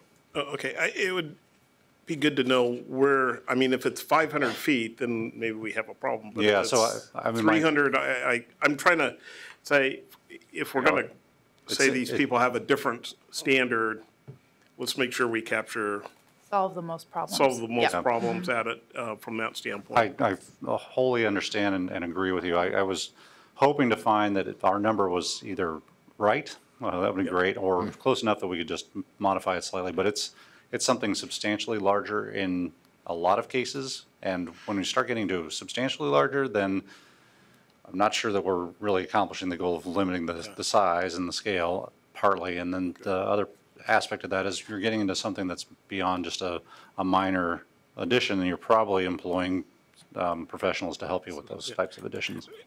I'm trying to find that sweet spot between someone that's saying, I'm going to get my two brothers and we're going to do some minor 250 foot, and no, I've hired an architect to bump out and put a new bedroom on, or raise the roof or whatever. The second question is around how we look at scale from the street, and that was one of the primary drivers here of how to, people complaining about scale. So if we're looking at alternative, would that alternative be able to handle the scale issue, the house scale that was built? And the FAR was that box, that tool that could do that, but the alternative, in my mind, and I don't know what it is, should be able to handle that in the same manner. That's the point of view, is that you're concerned about the street-facing facade, and if we move off of FAR, will the street-facing facade be regulated such that we don't perceive it as too big? Yeah, I mean, That's important. that's the public's issue is I'm going to use the McMansion kind of deal, is they're building McMansions in our neighborhood. Well, can we solve that? We could solve it through FAR, but the other tool, does it do the same, is it as effective in providing a solution to that? Right. I think what we're saying is that we need to come up with the other tool, come up with a combination, a package of combinations, and bring it back to the commission on the 24th, if that's where the commission, I mean, you heard the pros and cons of FAR. If you want to move off of FAR, I think you need to send us back to the drawing board, and we can work with BDS and become more educated on the major remodels and all of that, and bring back a different alternative. One other comment to add to that is just within the benefit of FAR being flexible, or one of the benefits of FAR is that it's flexible. One of the disadvantages is it's not necessarily targeted at the street-facing presence of you could put all of that bulk, 3 stories tall, all at the front of the lot. So if the street-facing presence, that public interaction, public realm, is the important piece to control, FAR is not necessarily solving that problem. It is just prescribing how much of that box you fill, however you decide to fill it. Eli?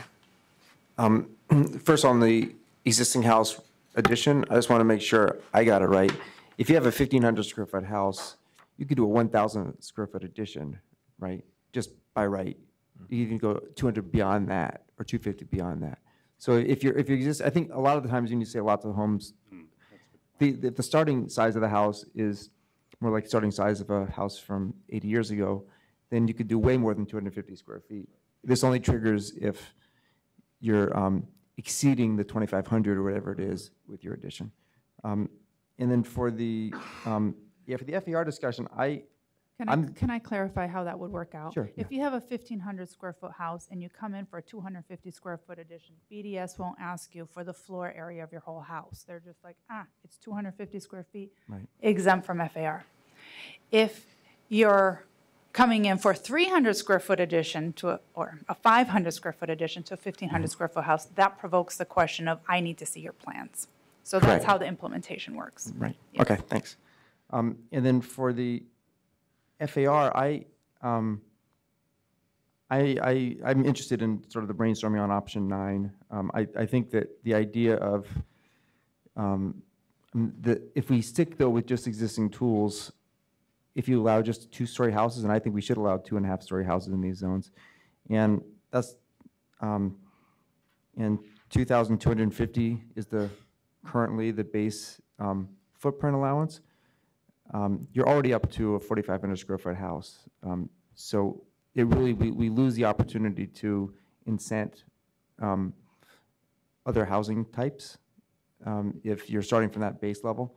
So if the thing I'm going to be looking at in terms of brainstorming other combinations of approaches is to see whether any of them could achieve the goals we talked about in the last discussion.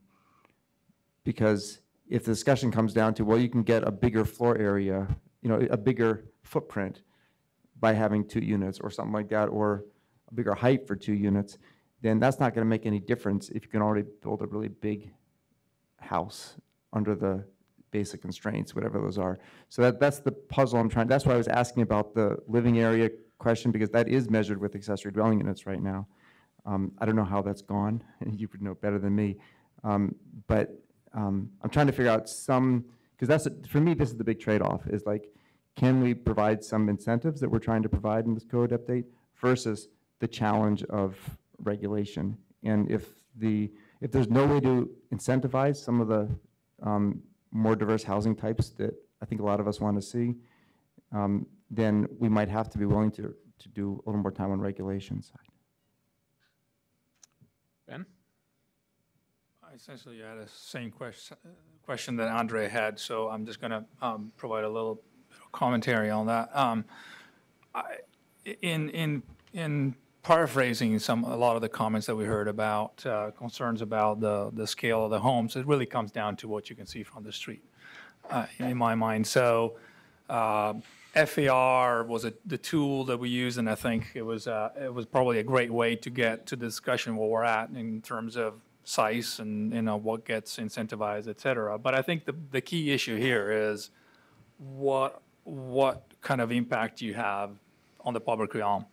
So I'm not sure that there is a quick and easy tool or something that is perhaps easier to apply than FAR, but I think that's probably a challenge for staff to see if there's perhaps something that we can look at that would focus primarily on that impact on the public realm and use that as an alternative to FAR. So I think I hear some level of interest both in option 9 and in option 10. There's some split between that.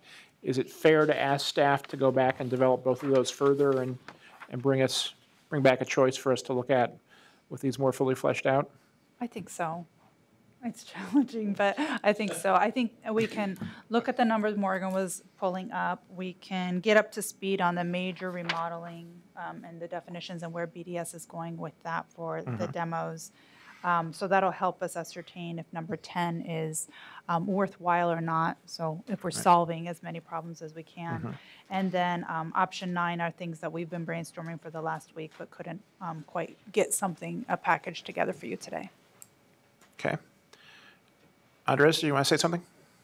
Yeah, I think the only one thing I wanted to tack on is maybe I was misunderstanding, but it sounded possible that the existing staff proposal might be sufficient, where if you're doing a addition of 250 square feet or less, you don't need to do FAR. If you are adding more than that, you do, but at that point, you've likely engaged with a larger construction presence or something to do an addition of that scale. So then it might make sense to look at FAR. I guess I want to make sure that idea stays on the table. The challenge with that is the major remodel that can replace a whole chunk of the house, right? It gets gray there. Okay. All right, I'm going to suggest we take a 5-minute break and then resume, so we can be back at 4:15.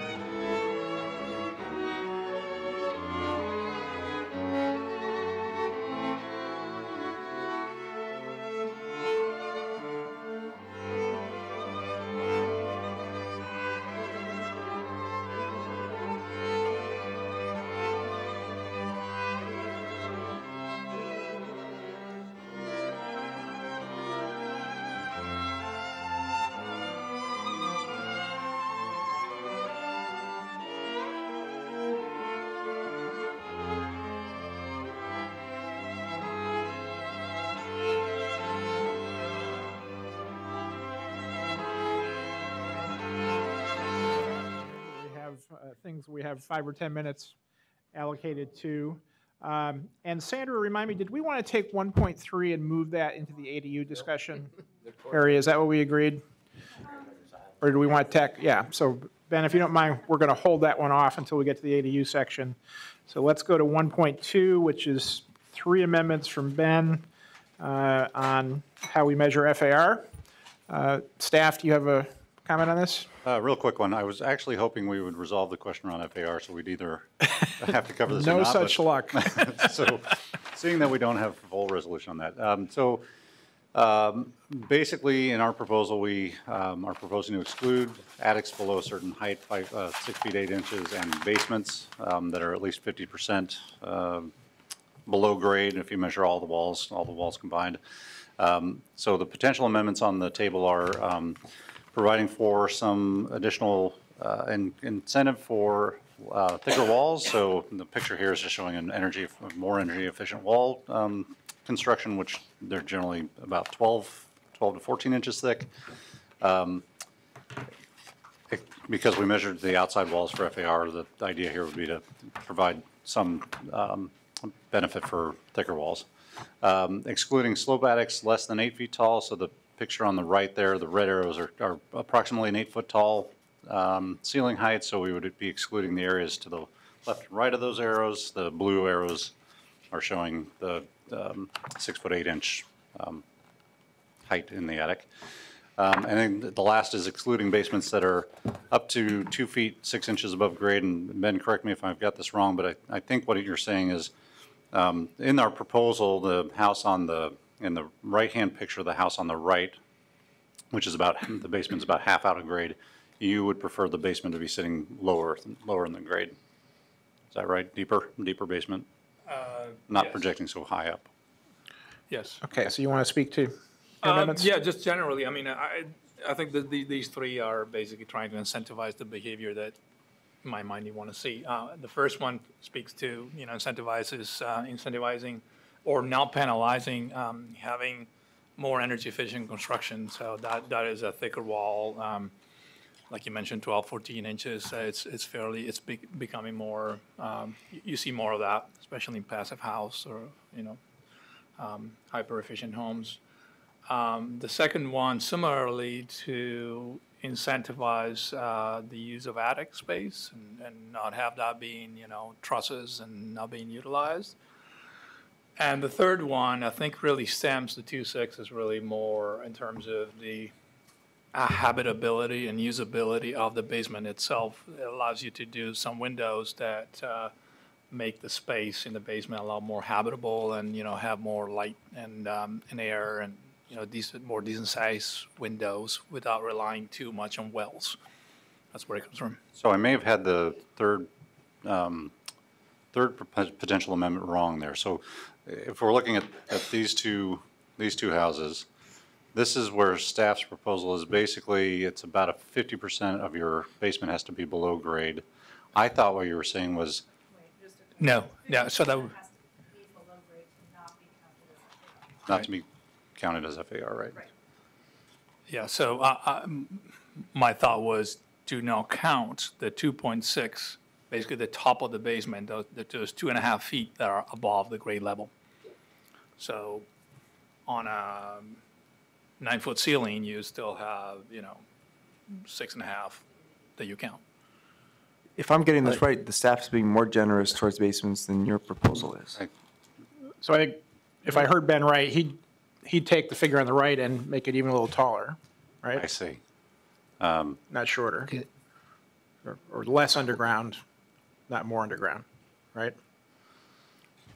No, maybe I misunderstood the code. I mean, my thought was to allow at least 2.5 feet above the grade level, so. Right, so I guess if that's the a- basement, kind of the head space, is 2.5 feet above the grade, you're saying then you don't include any of that in floor area. Correct. So typically basements are They're generally 8 feet tall, and most basement construction is about 4 feet below grade and 4 feet above grade. So what you tried to draw on the left is what Ben is saying, that's more subterranean. The house has to be more sunken, and if it's sunken more, then that floor area would not count on the left, and staff's proposal's on the right. Okay.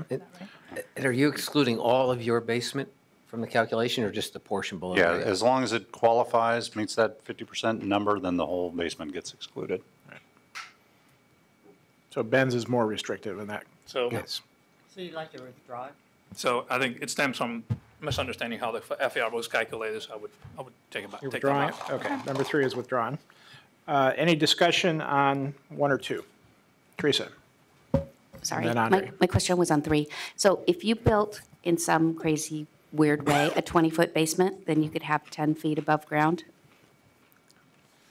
Yep, that's theoretically possible, yeah. Okay. But you're still subject to the height limit, right? Yeah. Andre? So the attic space slope below 8 feet, I have at least 2 friends that have, and I'm not saying whether they're legal or not, I'm just saying that the space, they live in the space above, in the attic, it's finished out, and it's not 8 feet.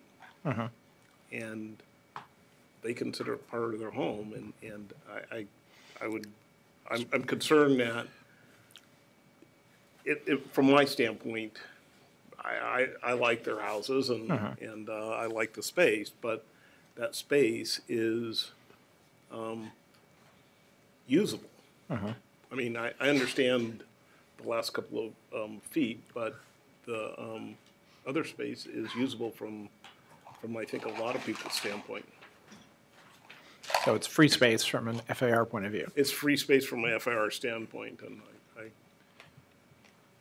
especially in the older kind of bungalow homes, these are older homes. Right, so isn't the policy question whether, what it contributes to that, the part that faces the public realm, right? Should it count towards another story or not, right? That's kind of what we're debating.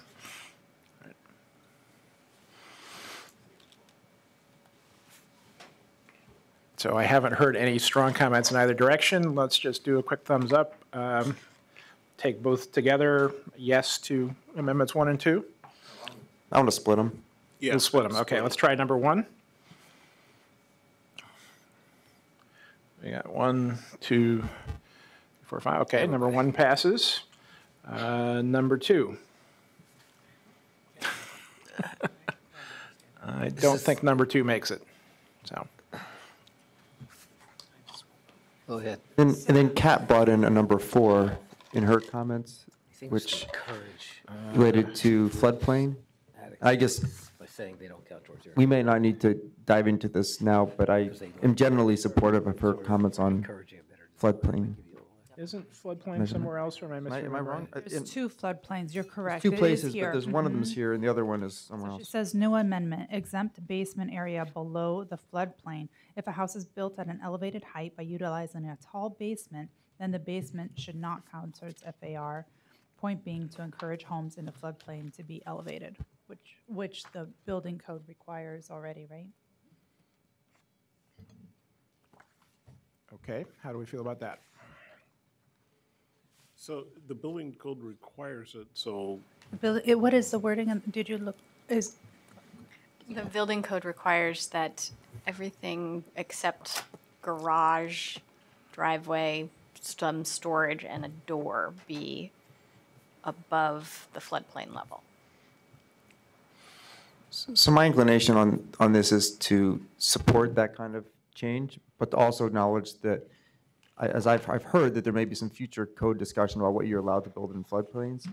And I'd rather use that as a forum for deciding whether we should disincentivize building in floodplains or not, rather than this discussion. It just sort of compartmentalizing things.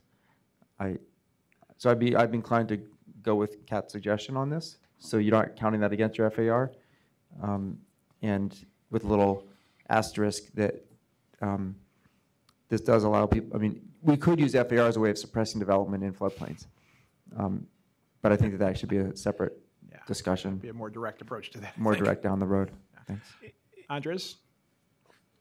I think if FAR was being considered or excluding basement FAR for floodplains, we should also probably think about height, because I imagine if you have to elevate the entire building, that could cause it to have to be taller than buildings not in a floodplain. Does that make sense? So like if we, in the event that we do decide to discuss Kat's amendment and do decide to exempt basement FAR in a floodplain, we should also think about whether we should boost the height allowance, since the buildings would all have to be elevated. a question. Is this counter to what BES is trying to do in floodplains? I don't want to speak for BES, but there are significant concerns about, and Eli's sort of on the right track here, of creating additional development incentives in floodplains. I'm not so sure that increasing the height limit, I'm not sure how the FAR exemption affects that, actually. Yeah, I'm kind of thinking for the floodplain maybe, and I think we did bring a map, because yesterday when I saw these amendments, I was like, well, where is the floodplain? How do we already regulate in the floodplain? It's a whole other ball of wax. So if we could just put a bookmark on that and move on, and we'll come back with a synopsis of what the policy is in floodplains. I'm sure, Mike, sorry to interrupt. So we can all understand what we're thinking about. Great, so we'll table this for now. We're holding 1.3 until we talk about ADUs. So we're at item 2. I would, for the record, I agree with Eli. I agree we need to tackle it head on. Right. And we should be doing whatever we can to keep people out of the floodplain. So I'd be more than happy to have that conversation in the future. Okay. So there's no comment on items 2.2 and 2.3, so I'm assuming those move forward on consent unless somebody wants to raise their hand now and say we should discuss them. So seeing none. Item 2.1, about how we calculate height.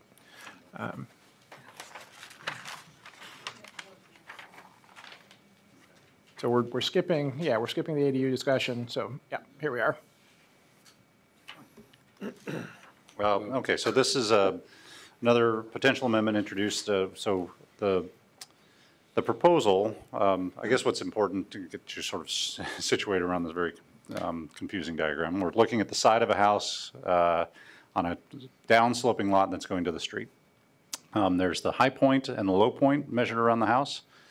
The code measures from a base point, either the high point or the low point, currently it's the high point, to the midpoint of the roof. And so our proposal is to change the measurement from the high point down to the low point and measure up to the midpoint of the roof, which is the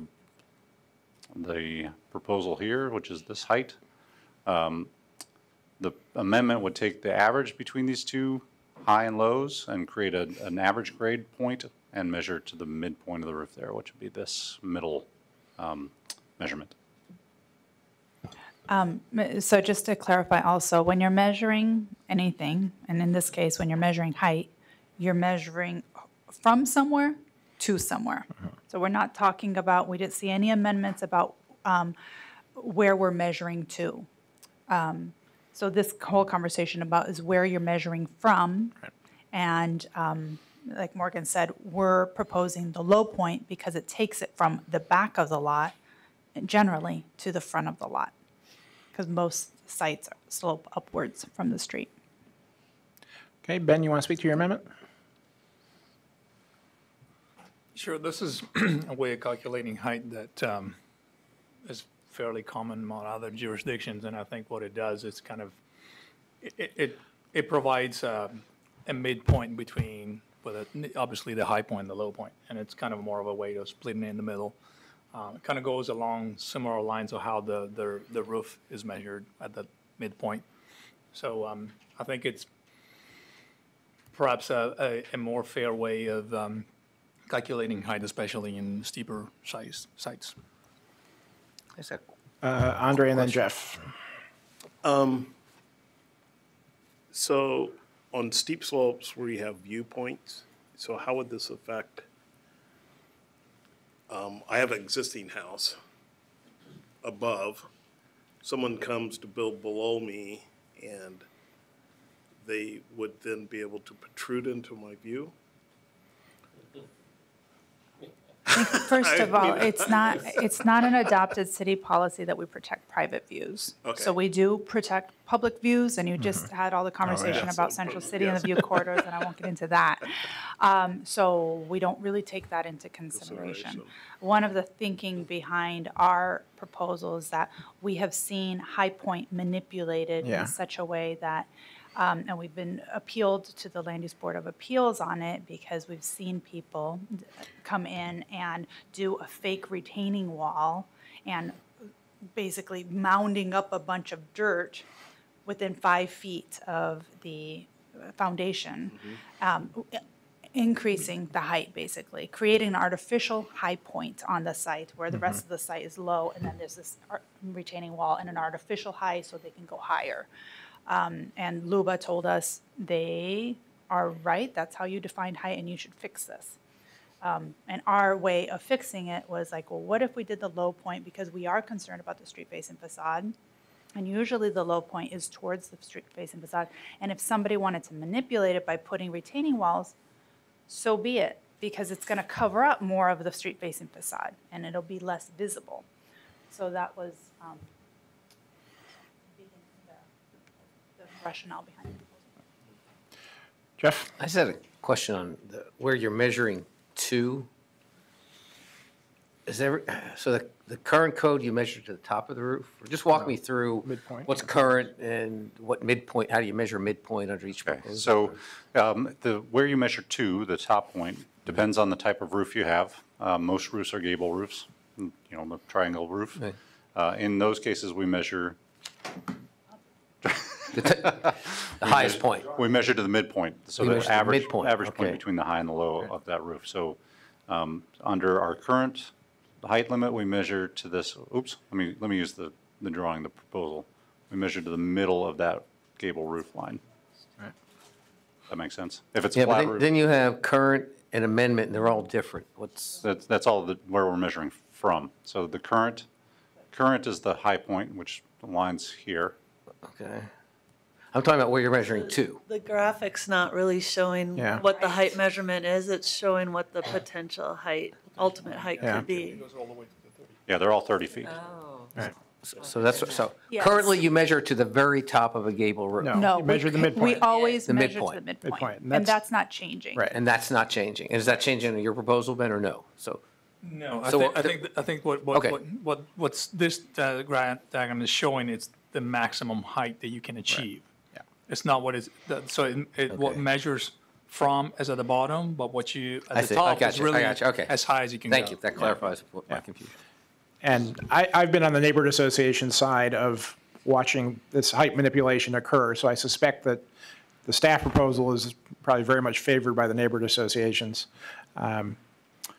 Eli, do you have a comment? Yeah, I generally go with the staff proposal on this. I don't know how, I should have tossed this out before, but how infrequent are downsloping lots? Because you could have situations where you could only build a one-story house because you're measuring from like way down slope. I guess I'd be happy to have an alternate where if it is a slope that drops away from the street, you could still get your feet measured from the front. Yeah, so there, I should clarify, we have alternate measurements for height for steeply sloping lots. So lots that have a 20% average grade have a measurement that's based on the street elevation. It's 23 feet above the street elevation. But so just to think that through a little more, a 20% average grade means it's dropping 20 feet from the front, right? 20 feet over 100-foot depth. So I'm just wondering whether that's too severe of a threshold to get to the alternative measurement. Because if, say, you have a 15% grade, then you're dropping one end of the house down 15 feet. You really can't do more than a 1.5-story house at that point, as visualized from the street. That make sense to me? You? I'm thinking that I support the alternative measurement approach, but a 20% lot front to back, that's a lot of feet that you've just lost off your. Basically, you've got a place you can only do a pretty short house from the street. I've got one more for you. So there's when the difference between the high and the low point, this point and this point is greater than 10 feet difference, then we use what's called base point 2, which was we go to it's low point, right? Low point plus 10 feet, and that establishes a new reference for your height limit. So that works, thanks. So 10%, 9% slope lot might simply be an issue. Okay. All right, any more comments? All right, all those in favor of Ben's amendment? Sorry, Ben. That's why I call it Ben's amendment. But can you clarify, Morgan, can you clarify your last point? So if there's more than 10 feet of drop, then you measure from the high point? Because you get 10 more feet from your. No, it's whole different standard. Yeah, it's a whole, so there's base point 1, which is measuring from the low point. Right. In some cases, when you have a differential between the low point and the high point of more than 10 feet, so there's pretty good distance here. Right. You get a bonus 10 feet basically from the low point up to start your measurement from. Right. And would that apply in the context of single-family zones and height? Yeah, it applies citywide. Pretty much We the only So place that'll we be clear in something we're adopting, because that's not in anything I've read, I don't. That's existing We're not code, changing right? it. We're not changing it? Existing code. Yeah. So we need to clarify it applies in RIP situation. Correct. Well, It's existing code that we aren't proposing to amend. I mean, we're not reviewing every single aspect of existing code that affects single family, right? So I just want to be sure when we're creating a new height standard, we're not we are, inadvertently excluding No. current provisions. this is, That I think can this is happen the, very easily. so, okay, well, I'd invite you to explore that offline with staff. Okay, so we are on to setbacks. Item 3.2, there was no comment, so it would be obviated by 3.1 potentially, but standing on its own, it's adopted on consent. So item 3.1 is about. Actually, we might want to revisit that. I think we have to decide on 3.1 before Okay. 3.2. Great, I stand corrected. So the staff proposal is to increase setbacks to 15 feet in the R5 zone. This amendment would basically reverse that and leave it at 10 feet, right?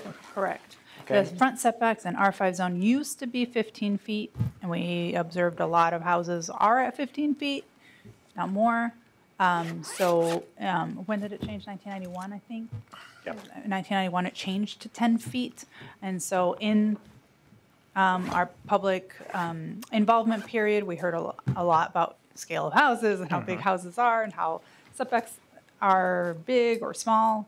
And this was one of the ones that we were like, well, maybe the house should be pushed back to 15 feet like most existing houses are. Okay, Commissioner Hauck, would you like to speak to your amendment? Well, yeah, the folks I've been talking with, and this is specific to trees in a large extent. If you're forcing the house back 15 feet, are we losing more trees in the process potentially? And I guess in my mind, at any rate, when I put the amendment forth, It was to have as much flexibility as possible on the site. That was my rationale. I have to leave. I'm a thumbs up on Mike's proposal. Okay, thank you, Jeff. Other comments, Andre? I'm okay with this, but this has a relationship to the building face and street, how it looks on the street. If a house is set back, it doesn't look as big. It's just a perception issue. It may be bigger, but it doesn't look as big because it's further back, and especially with porches and whatever.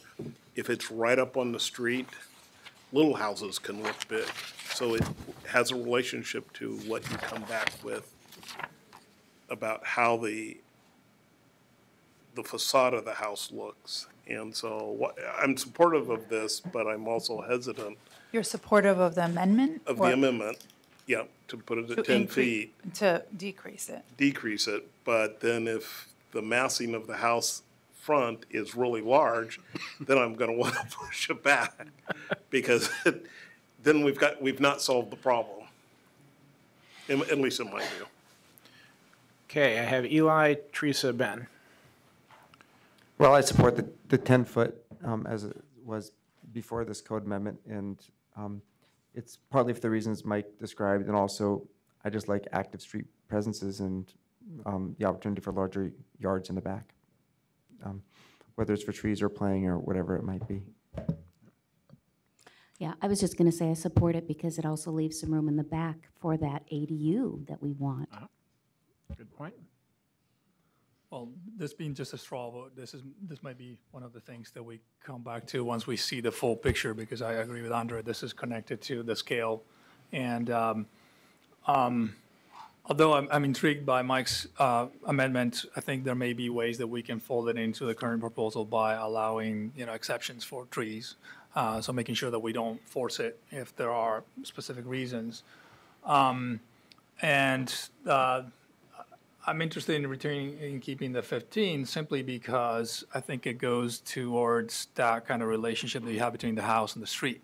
And, you can have porches, you can have that kind of middle ground between the house and the public realm that could go a long ways with landscaping and thoughtful design to really mitigate the impact of perhaps a larger envelope, especially if you go the duplex or triplex way. And perhaps that envelope gets bigger. It may give a better opportunity to really deal with how the appearance of the bulk of the massing gets perceived from the street. Okay, I'll note that in addition to Jeff, who left us his vote before he left, Kat and Michelle both support Mike's amendment.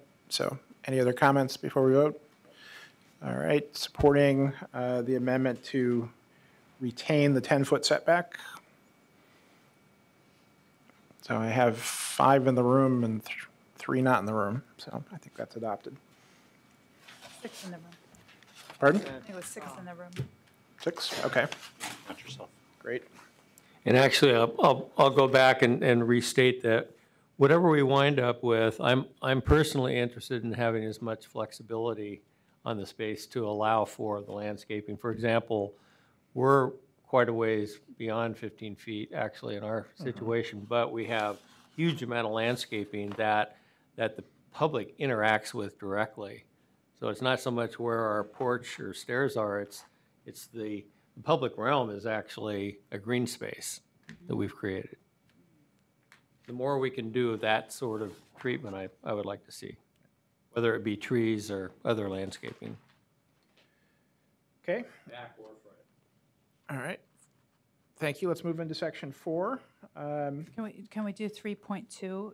Oh, The reason we wanted to do this in order is because if the amendment passed and it's 10-foot front setback, does that still mean that you would want to do what staff proposed, which was to allow a further reduction smaller than 10 feet if the houses next door were closer to the street? And this amendment is proposed not just for R5, but it's proposed for R7 and R2.5 also.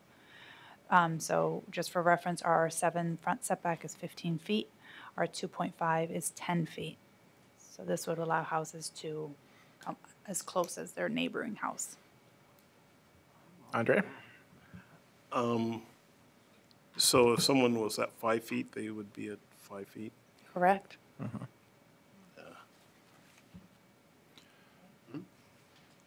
Eli? Well, and so that's in the higher density zones more likely, and then the further other zones, so 15 is the front setback in the R7? Correct. Well, in that case, I would want to be able to go up to, either change the base code to allow that to be 10 feet in the R7. I live in a neighborhood full of R7, amazingly, in Cully. And I would be happy to have it be 10 foot in the R7 zone. Or allow this provision and allow this to match the existing house, the house next to it in that situation. I'm a little bit less clear in the higher density areas where it's up close. Although I grew up in Washington, D.C., where homes are routinely up much closer to the street than any of this is describing. So I guess I'm saying I'm supporting this 3.2, at least as it pertains to the lower density zones, and respecting sort of Andre's point that maybe in the high density ones that you couldn't go closer than 10 feet, but you could get down to 10 foot. I guess that's what I'm suggesting. Okay, so there's no proposed amendment on this. Does somebody want to propose one, or can we move Yeah, on? I'll propose an amendment, is that you can, if you're in a zone where the front setback is more than 10 feet, you could, So R7 for our purposes here. yeah, R7, you could go down to 10 foot based on the houses next door already- being 10 foot. This already allows that, right? That's what this 3.2 allows that. proposal is. It also allows it to go closer. Okay, I'm sorry. Yeah. It's already covered. But it would, if you're at This 50. house is at 5 feet, you can go to 5 feet. Okay, so I It's would like to just that- limit it to 10 feet, not allow it to go at 5 feet closer. So that if they're at 15 and, but people were at 7, they could go to 10, but they couldn't go to 7, let's say, or 5. Well, that's equivalent to the 10-foot setback, though. Yeah. But if, Right. In R7, they could come up to 10 feet come up, if their neighbor's already at 10. yes, but they Got couldn't it. go past 10. Okay, so you would amend 3.2 to just say, allow a front setback reduction to allow with the house next door in R7, period. And then the R2.5 is a different, The front setback is 10 feet in 10 feet, R2.5. yeah. And I agree, I don't know what, they could be closer, but that's a different issue about parking and how much of the driveway, I think, is the issue for me there. How much of the driveway and the garage is going to be available? Okay. Could I request one staff homework for next time is, right now on you can project into a setback with a bay in certain situations. I think I've only seen it done on the side setbacks, but maybe others. If we're looking at all these setbacks are to the front porch, the front of the front porch, right? Correct. So I don't know if it would help, and maybe Ben, you've looked at this, if there was some way that part of the house could protrude in front of the setback up to a certain area to encourage front porches that project out, but not the whole house face being in the front. So just maybe that becomes part of a discussion about street presence, to sort of mimic the bay projection allowance, but coming out the front of the house and not for garages. Okay, so Andre's amendment would limit 3.2 to just the R7 zone, is that correct? Correct. All in favor? I've got 1, 2, 3 yeses, so I don't think it makes it. So 3.2 stands with the staff proposal. In question for staff, do you know how often it happens that there's 5 foot from the street in the R2.5 zones? How often that comes up? I have no idea. Probably not that often unless it's a corner. And I would add that the Better Housing by Design is looking at 10-foot setbacks in multi-dwelling zones, even the R1 equivalent zone going from 3 feet to 10. So 10's kind of the minimum front across the residential zones. Okay, let's move to section 4. So the first two amendments are about deleting design requirements. Does staff want to briefly describe those requirements? So this is mostly related to where we have the additional housing types. So we're kind of stepping into our next topic a little bit, but not too much. In cases where we have a house, if there's just a house, there are main entrance requirements that require the front door face the street or open onto a porch. What we observed is if we provide additional entry doors into that structure for a duplex or triplex, should there be an additional standard about covered entries? And basically it's in terms of weather protection or some basic level of protection for someone to park under while they're getting their keys out and enter the house. I'll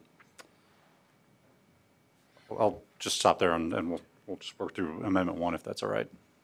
Okay, so Eli, do you want to speak to your amendment? Sure. I've lived in a courtyard plex for 7 years with a overhang that looks great and wouldn't comply with this 8-foot area. And this is a new introduction to the residential code, although Kat pointed out in her notes that it exists in, is that right, that it exists in mixed use? No? Okay. It feels to me that this is not a problem that needs to be solved. I think people building houses provide porch roofs covering them, and the zoning code could stay out of that, and they would still do it. So I love having covered front porches. I just don't think we have to regulate for it.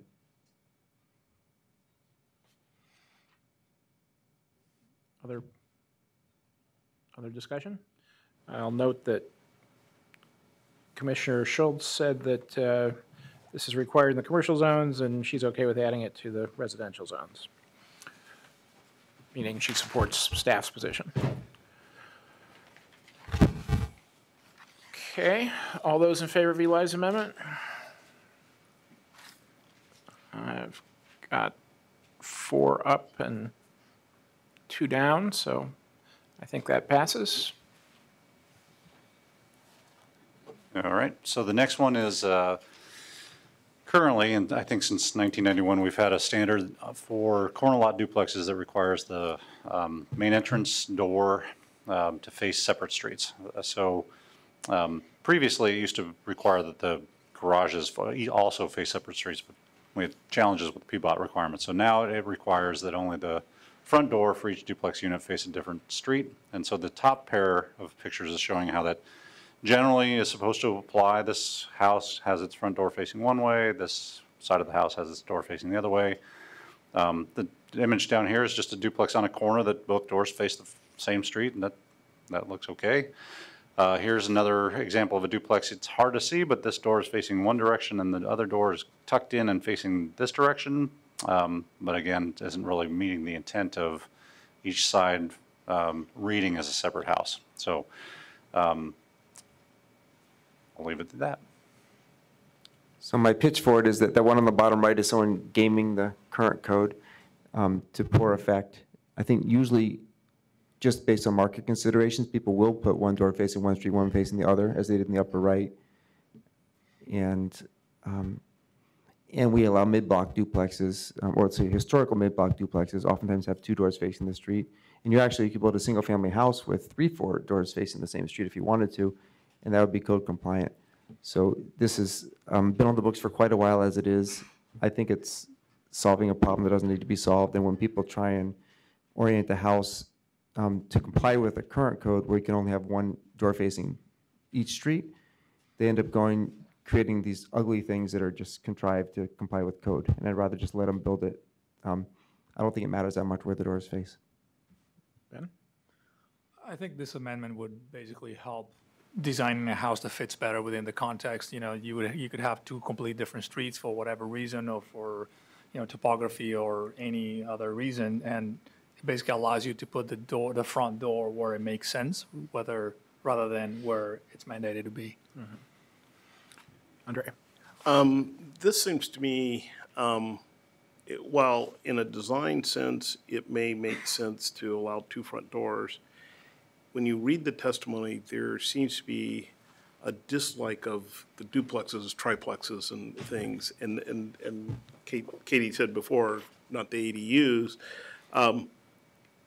to me, reason people may be okay with a duplex on the corner is it looks like a single-family dwelling. You got a door on one side, and the perception is there's a door on the other.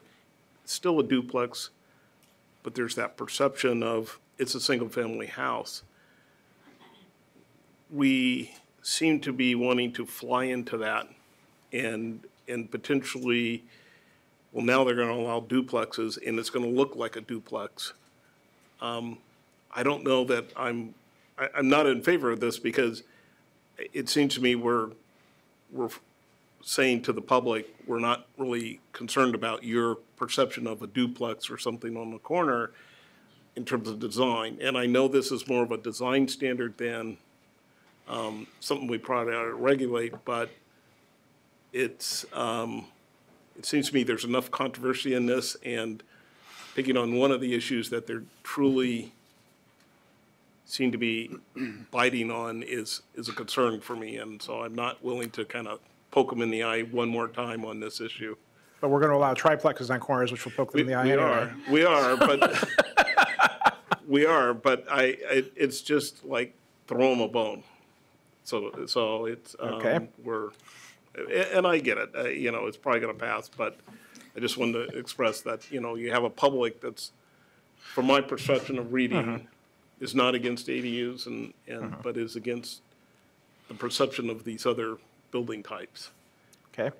I think the historical context is really important. When this rule went into effect, it was a different time. It was 1991, and single-family zones were about single-family zones. And reading the testimony about ADUs when they first went into the Albina community area, you were reading that report, and you said, this sounds exactly like the testimony we received on residential infill some, 35 years later, or whatever it is.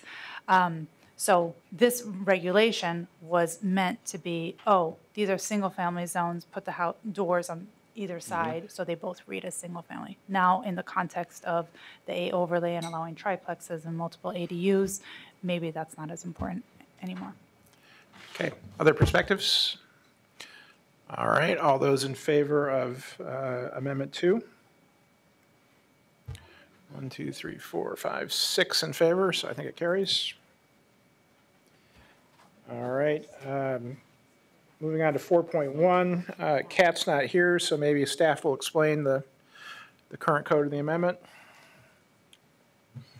Could we hold off on this when we return with our floodplain discussion, or how this plays out for properties in the floodplain? Because I think it's the same issue there.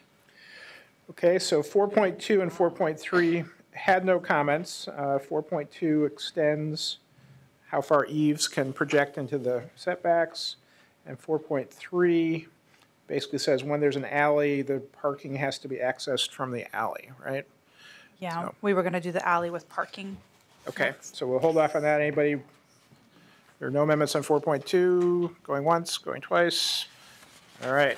That was the one amendment our stakeholder advisory committee agreed on.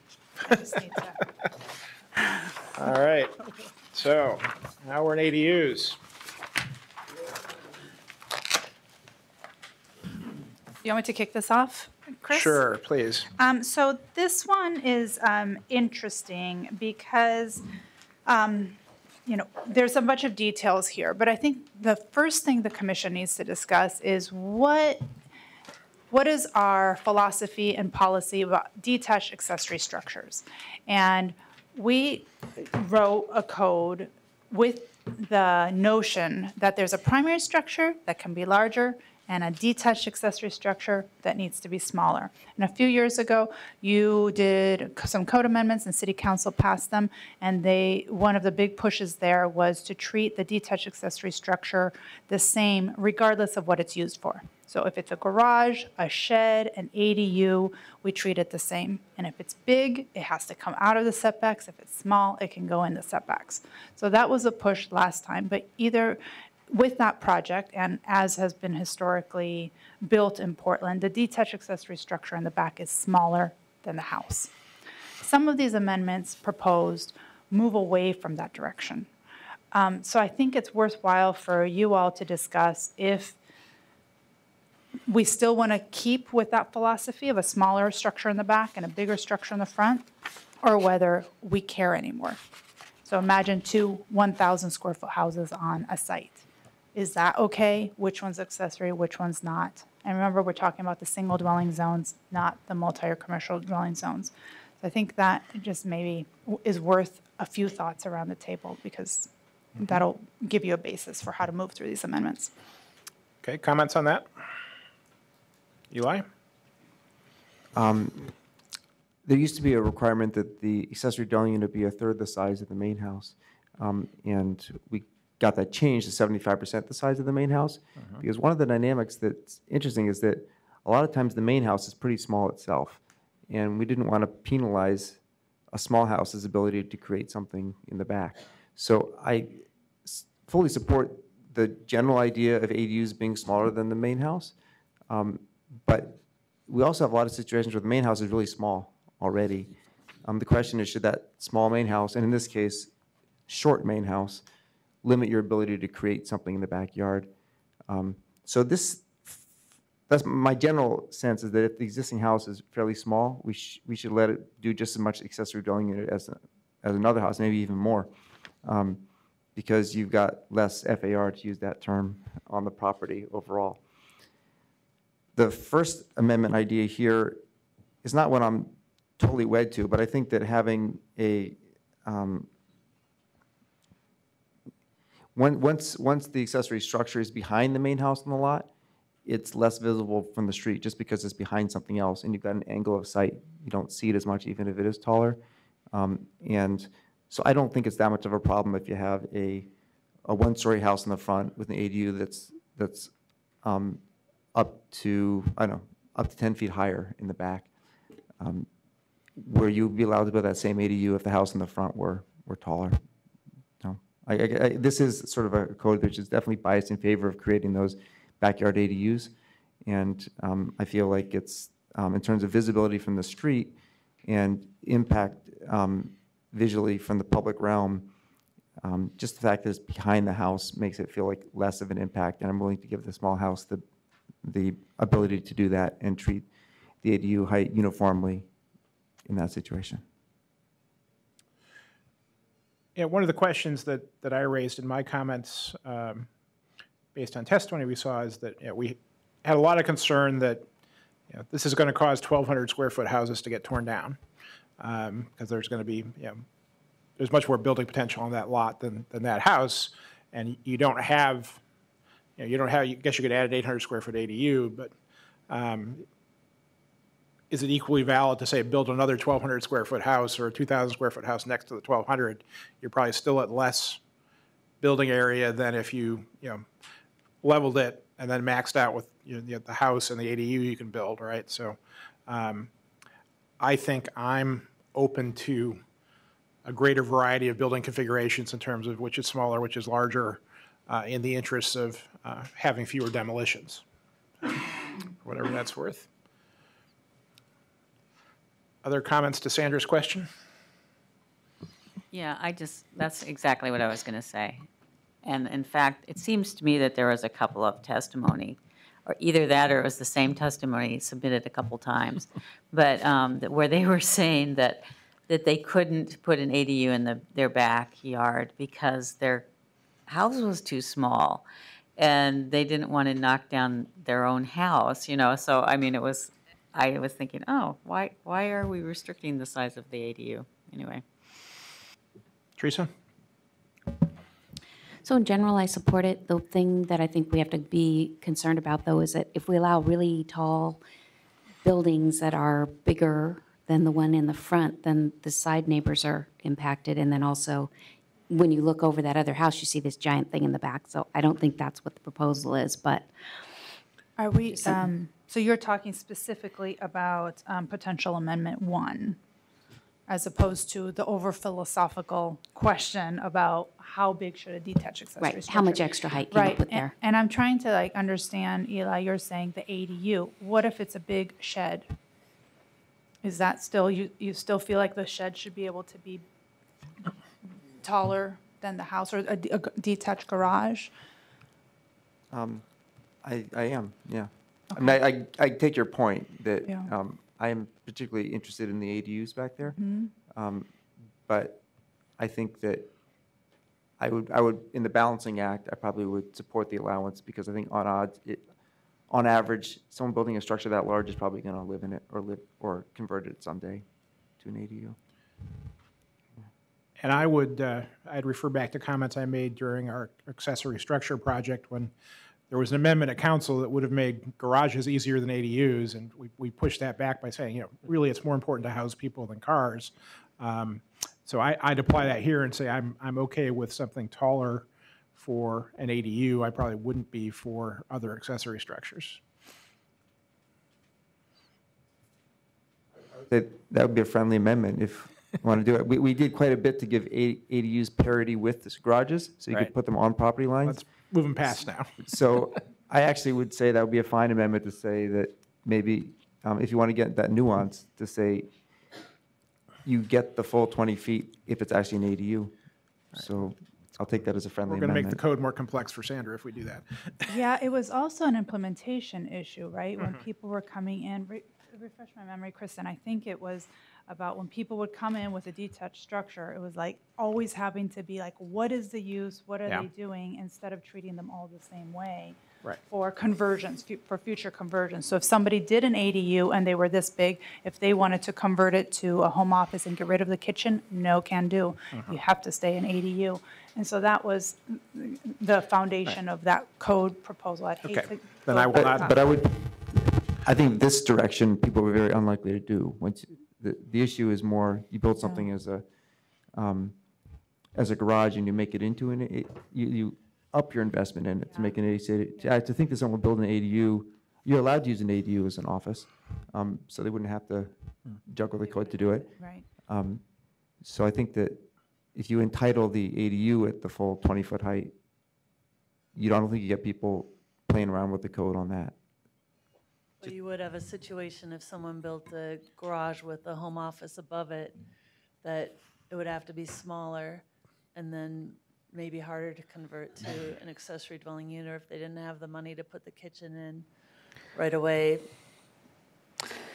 Gotcha. So this would stop someone from doing incremental, build the envelope first, make an ADU later.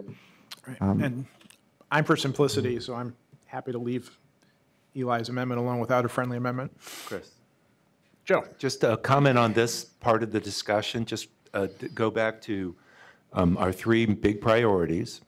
And the fact that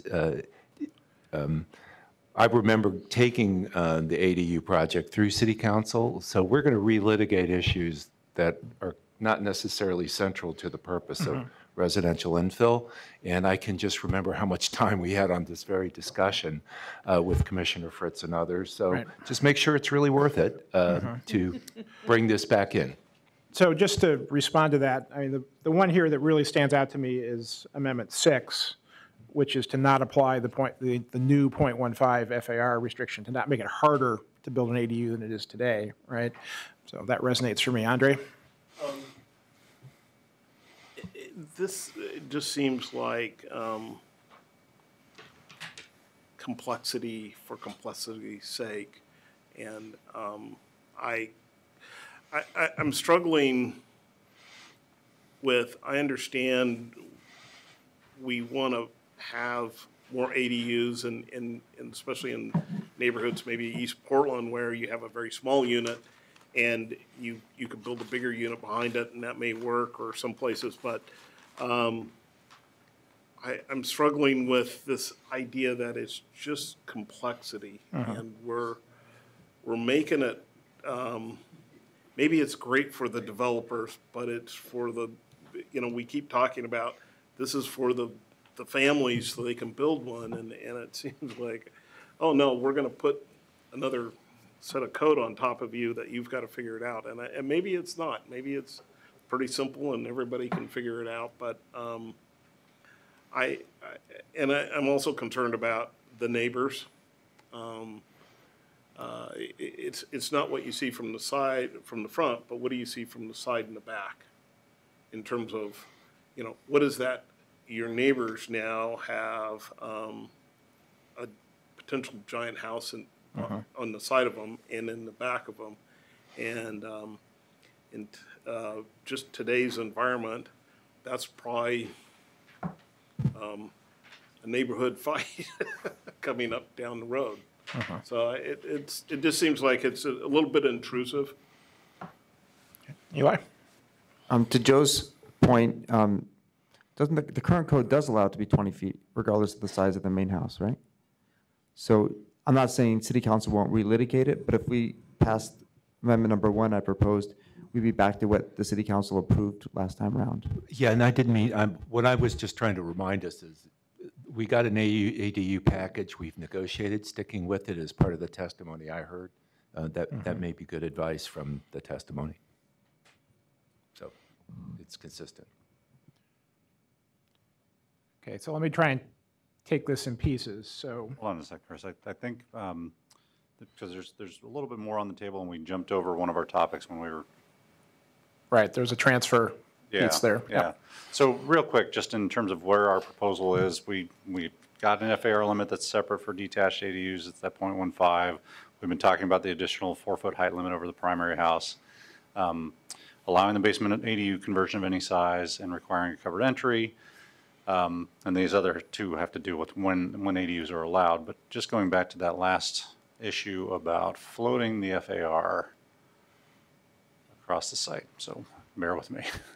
Oh, there So we go. this was in your worksheet, we skipped over 1.3, which is about how we treat the ADU, and there's a proposal from Eli about allowing the FAR to be floated between the main house and the detached accessory structure, which is what provoked my thinking of, oh, can they both be the same size? Does one have to be smaller than the other? So again, taking FAR is just a proxy for whatever we land on. The principle here is we have a primary structure of a certain size and then an accessory structure of a smaller size. So we took what was allowed for a primary structure from 6,700 to 2,500, is about a 2/3 reduction in size. What we did with the accessory structures was basically reduce it in half. So we ended up with a 0.15 FAR. The proposed amendment would just allow that total square footage to be, distributed across the site, either all one big primary structure potentially, or a smaller accessory structure with a bigger primary structure, or a bigger accessory structure with a medium-sized primary structure. Now, I think there was a sub-point to Eli's amendment that said if there were concerns about this thing getting too big, then we could have a separate limit that addressed that differently. And my thinking was that for those who haven't done a lot of ADUs are already governed by 800 square feet of floor area. No, living area. I'm sorry, I'm getting it back. So ADUs are already kind of managed for FAR. I was concerned that if you only allowed 0.1 to 5, that's like 750 square feet, then you could suppress the size of an ADU, even if the existing house was a 1,200 square foot house. So I wanted you to be able to use the leftover FAR from the existing house to bring your ADU up to 800 square feet, not to take you to a 1,000 square foot one. Although I kind of like that idea too. So particularly, I think, was it Chris that had the? No, it was Ben had Ben. the amendment to Right. allow sort of a fixed number for the. I would enthusiastically support Ben's amendment. Yeah. So just keep that slide in mind as we move through these other potential amendments. So the first one on the list here is not limiting the height based on the height of the primary structure. And the image here is just showing a single-story house with a 2-story ADU, and a little bit to the conversation we've heard. It is a little bit about what happens on the side and the rear behind this 2-story structure. It is a little, you don't perceive this height from the street over that house in most cases, especially when the lot's sloping up. The second potential amendment is allowing for any combination of internal or external ADUs. So our proposal, there we go. Proposal right now is that one of the ADUs has to be internal and one has to be detached. So sort of reinforce this primary and accessory relationship. The potential amendment would say, well, they could both be inside the house, or they could both be outside the house, or they could be either or. So sort of being neutral on that point. Could you go back to Yeah. that last Yeah, slide? let's take So the these middle one, what's the difference between the middle one and a triplex?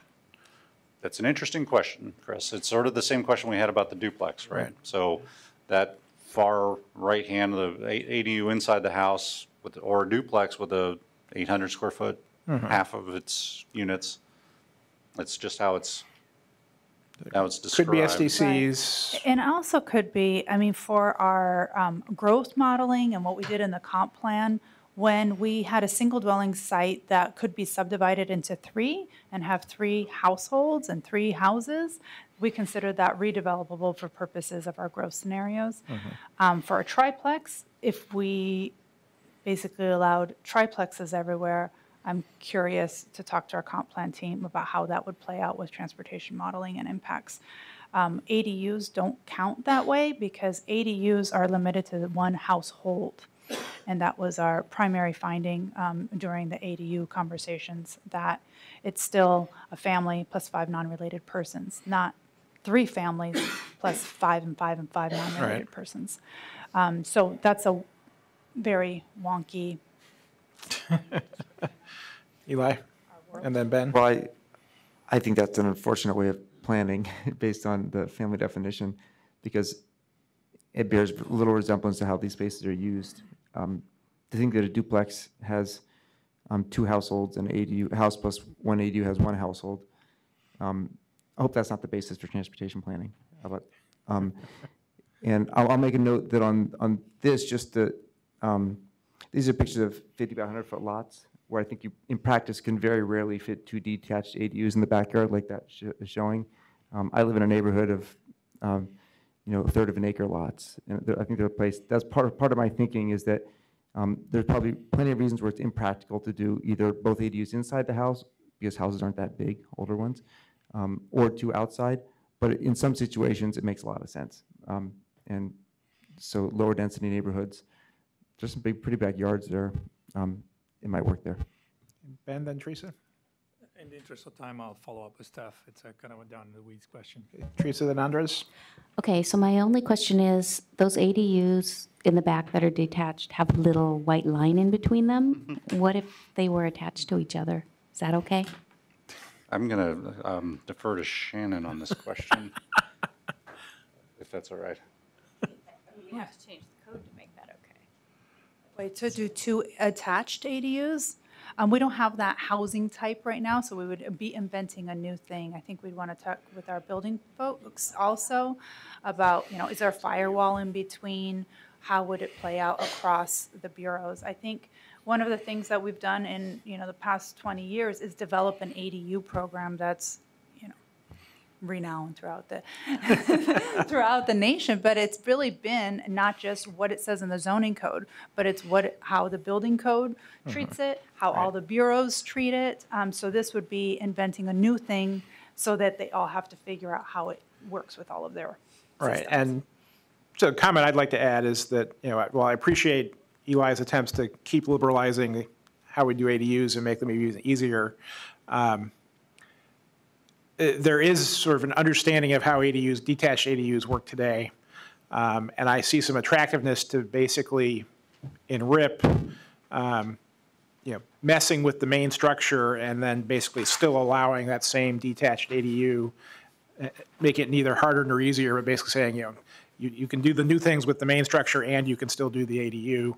In some ways, it's easier to understand that than all the permutations that we're playing with here, for whatever that's worth. Eli, you had a comment? Yeah, one other note in terms of the 2 detached ADUs is that Portland already regulates the percentage of a site building coverage you can do with detached accessory structures. So 15% is what it is. So a 5,000 square foot lot, you can do 750 square feet of detached accessory structures. So on the example on the right side there, you, with the amendment I'm proposing, you can make them 2 ADUs. But without this amendment, you could do an ADU in a garage. Correct? Yeah. Right, so this is basically, I'm basically saying, if you can build the detached accessory structures, you can make them into ADUs, if you can actually fit 2 of them within that percentage. It's trying to level the playing field between other detached accessory structures. Okay, so we're running out of time here, so we need to wrap this up. Andres? Just wanted to express support for creating something new of detached ADUs. Okay. So I'd like to take this a little bit out of order. I'd like to start with Amendment 6, which basically removes the .15 FAR limitation on ADUs and kind of brings it back to being as easy to build one as it is today, right? So support for that. Can I clarify, are you getting rid of 75%? ADUs are, right, currently they're capped at 800 square feet or 75% of the main house. What was your intent there, Ben? It was really to bring it back to what is available now without further limiting, so I would say yes. Keeping the 75%. So does that allow it to go above 800 square feet? No. Just like it is today. It basically keeps today's limitations. So I think I see a clear majority. All right. So we have 4 amendments from Eli because number 4 is already in the proposal. We don't need to deal with that, right? I'm sorry, can I clarify? This 800 square feet, do you mean guaranteed or?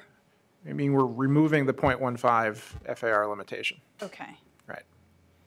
And it would be That's still all- that's all it subject. means. So you 75% might- still applies. And Right. 800 square feet is still the maximum. Right. It's not a minimum guaranteed. Right. Okay. So I'm just going to walk through these in order and see how people think. So number 1 would delete the additional height limits being added relative to the primary unit. Am I saying that correctly? I'm proposing to keep existing code on this one. You can still go to 20 feet. Okay. Thank you for clarifying that. So all those in favor?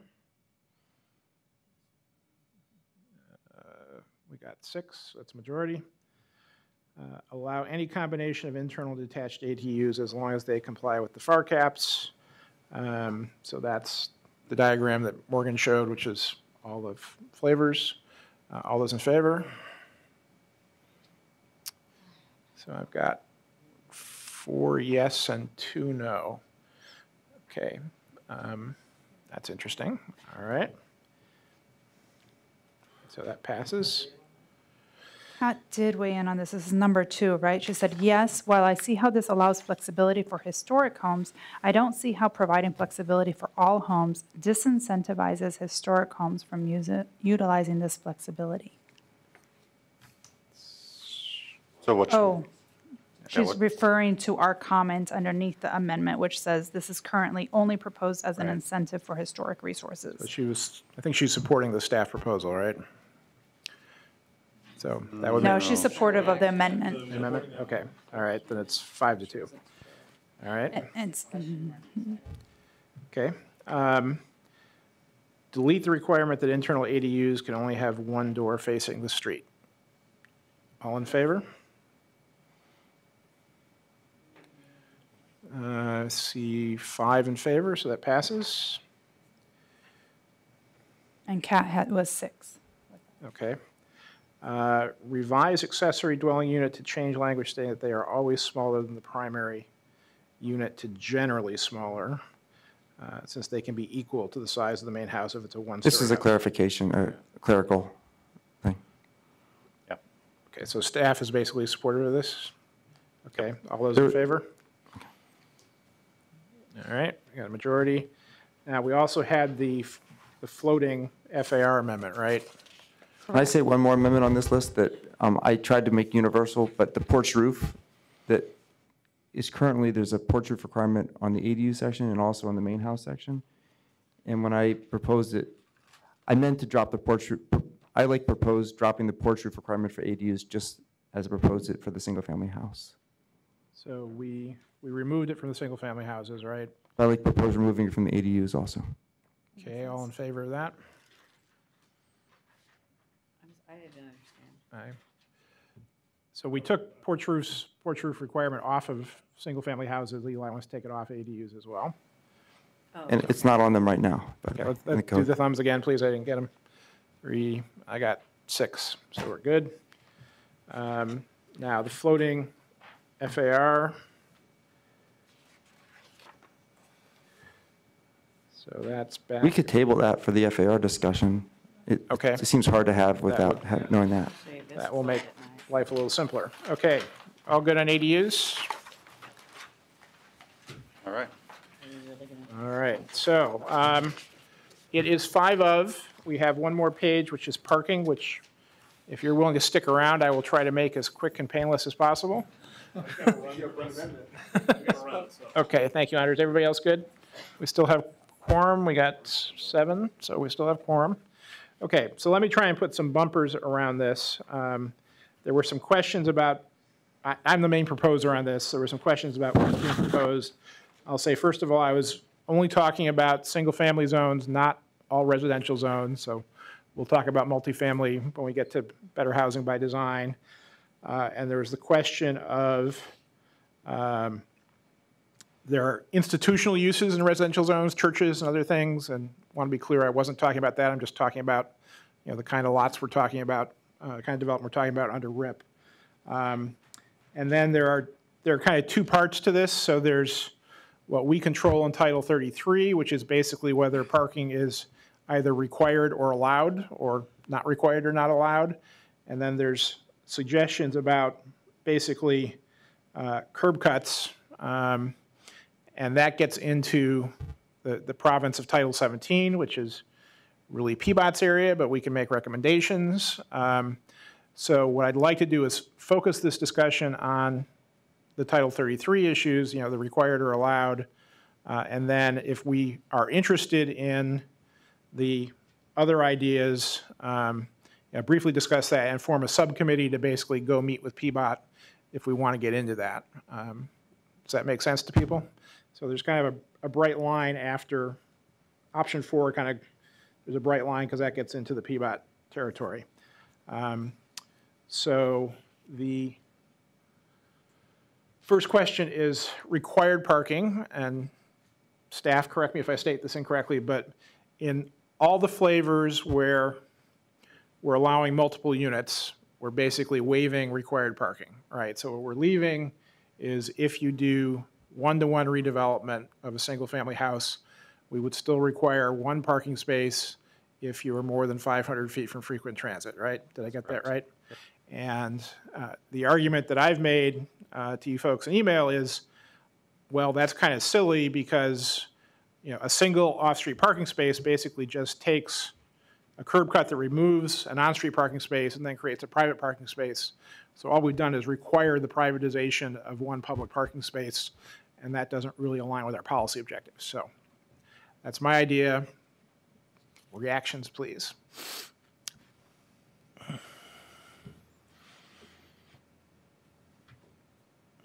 Teresa?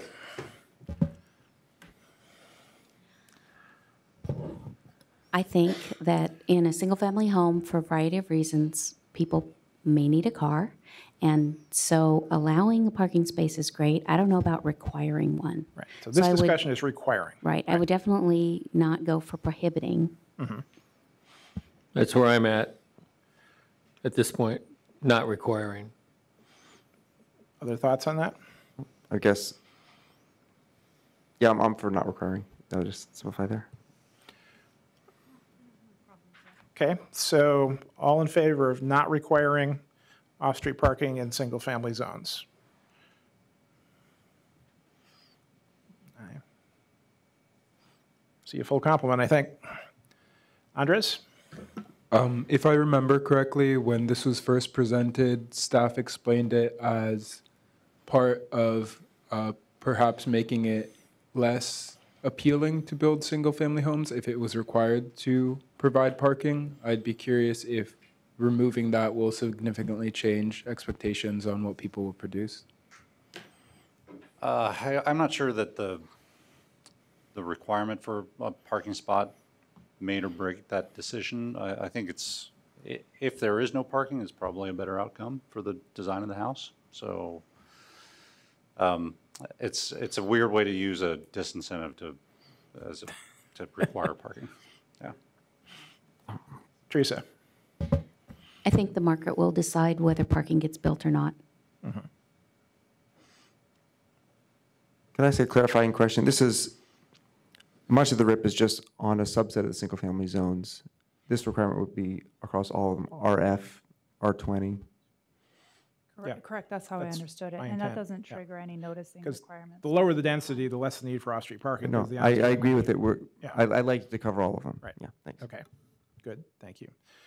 Okay, so then the part below the line here is the idea that, again, if you're just privatizing a single public on-street parking space, that's not in the public interest, and we should have a conversation with PBOT about ways we might restrict that. Is there interest in pursuing that conversation? Let's have some general discussion about that. Mike's willing, others? I'm willing, and I have an example across the street from one of my projects where someone put curb cuts almost continuously over about 120 feet for fear of any overparking in front of their house. Okay, Ben? I'm a bit concerned about, adding complexity back to the regulations. On item C, I mean, although I like the idea, if you, rather than do a 1-for-1, requiring 2 may have the unintended consequences of having to sacrifice some space that could be living back into cars. So it kind of has a, it's kind of a Perverse double-edged- incentive to tie up more site area and parking. Yeah, I hear that concern. Can I clarify A and B? Given the no parking required, that means when a house is being built with a garage or parking pad, they have to put in an ADU that's affordable. That's what A says now. Is that, or the house has to be affordable, is that what the intent is? Yeah, where did A come from? Because I don't think that was one of mine. I guess I propose option 4, looking at C and D, what seems to be the Chris's proposal. Yes, C and D. I would similarly not probably want to. I will say B work was on- not Chris's, but Yeah, I'm. yeah, I think A and B were not mine, so. I don't know whose they were. Is there anybody who's excited about those ideas? Or should we just say typo here? Because that's pretty, that's a lot. Right. Okay. Okay, so C and D, C and right. D, okay, that's Right. like A and B. Sorry about that. I don't know, but, okay, so let's try a test vote here. So those in favor of forming a subcommittee to go explore C and D with PBOT?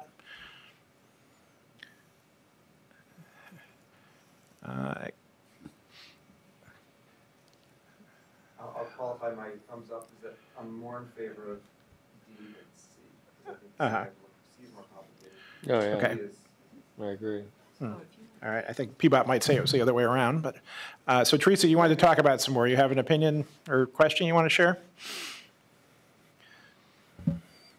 So when you say talk about it with PBOT, you mean talk about a way to implement it or just generally discuss it? Well, it's going to Is intersect the with their concept. policies. Yeah. We have, I think it promotes some of our affordability policies for RIP.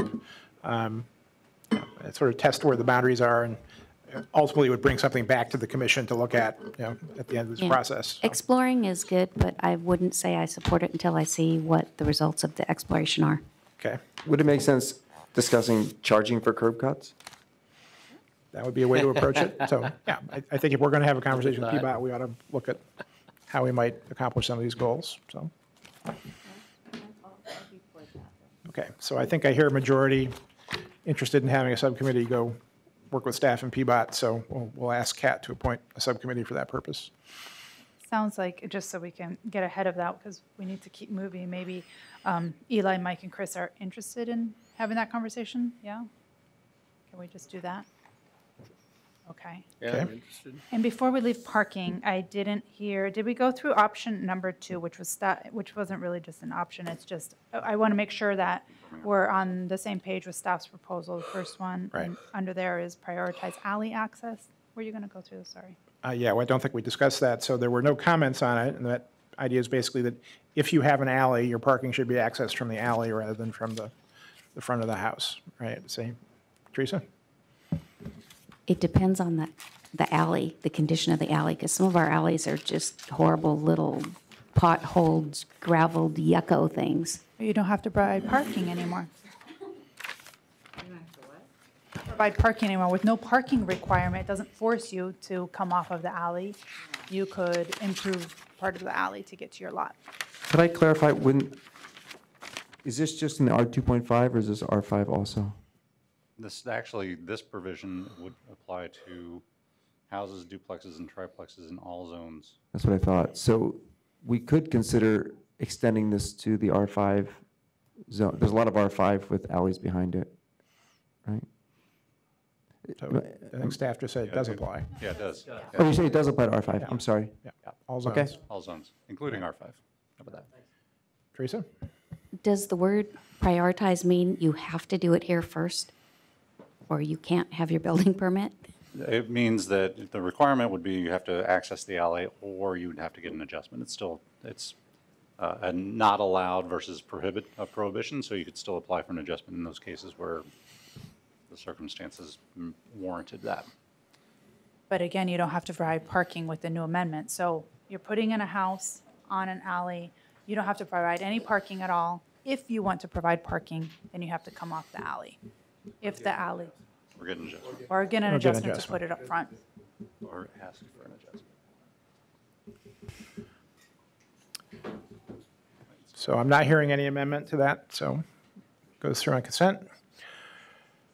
Staff, anything else, or did we get through everything that we intended to get through, subject to those things that we tabled to combine with other things? And then some, I think.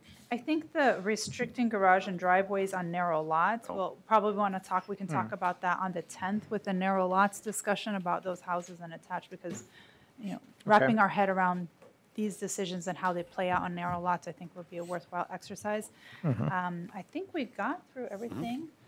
I have a list of things that we need to return to with. Obviously, size of houses and FAR alternatives and major remodels, an exception to bays in the front setbacks.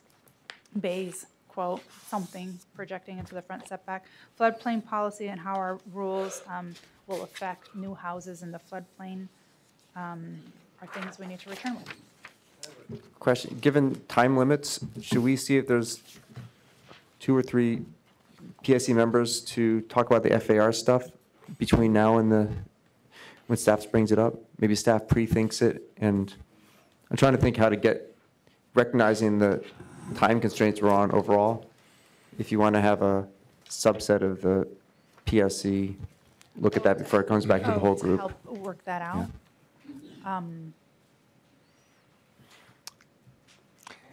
That's probably a good idea. Idea. Yeah. You're going to dive in, it'll be a subcommittee to dive in deeper with this. We still need time to, it's going to take us a bit of time to figure out the alternatives. Like, that's the hardest thing today that's on our plate. So, most can- difficult. Can we get a group of 3? And I assume, I'm just going to assume Kat wants to be involved in that. Probably a good assumption. So I saw Andres and Ben, Eli, Kat. Ben, so we got four willing volunteers.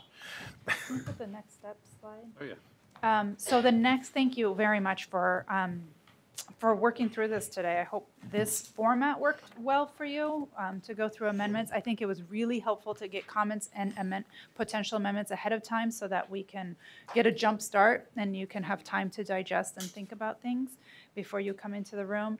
Our next work session is on June 26th, and that is about housing choice and the A overlay and housing types. So we'll talk about ADUs more there. Also, internal conversions. There was a lot of comments about that. We've sorted everyone's comments already, and it's fitting kind of the same format as we're doing here. But then I heard from people saying, oh, I haven't given you all my comments about housing choice. So I wanted to give you a deadline, June 15th, which is a week from Friday, and that's after your Better Housing by Design hearing. So it's a week from this Friday. If you have more comments and any potential amendments, you could focus on that second set of topics of housing choice. We will get them in the spreadsheet, and that'll just move us further along for next time. I find the format really helpful with people's comments. Okay, good. Okay. Great. All right, a reminder that Tuesday our hearing is out at PCC Southeast, so don't come downtown to this area. And we'll see you then. One last thing. I want to apologize for being more vocal as I can't vote, but also remind you all that my time on the commission is wrapping up. I believe my last meeting is going to be at the end of July with the end of this project. I also invited and Daisy Quinones, the new PSC Youth Commissioner, is here in the audience today. I encourage you all to get to know her. She is absolutely wonderful. Okay, thank you. And Mike, you had something? Actually, sorry. I should have said this at the outset for sharing. I'll be headed now to Willamette Park, where I'll be joining staff from the Bureau of Planning and Sustainability for a walk and roll along the Willamette Greenway from Willamette Park to the Selwood Bridge as the South Reach planning process is launched, meaning looking at the Willamette River. We've already done the Central City. Now we're finally getting to the South Reach, which many of us have been arguing we need to do for quite some time, which includes Ross Island. There is also a open house on Saturday from 9:30 on, I think, at Llewellyn School in Selwood.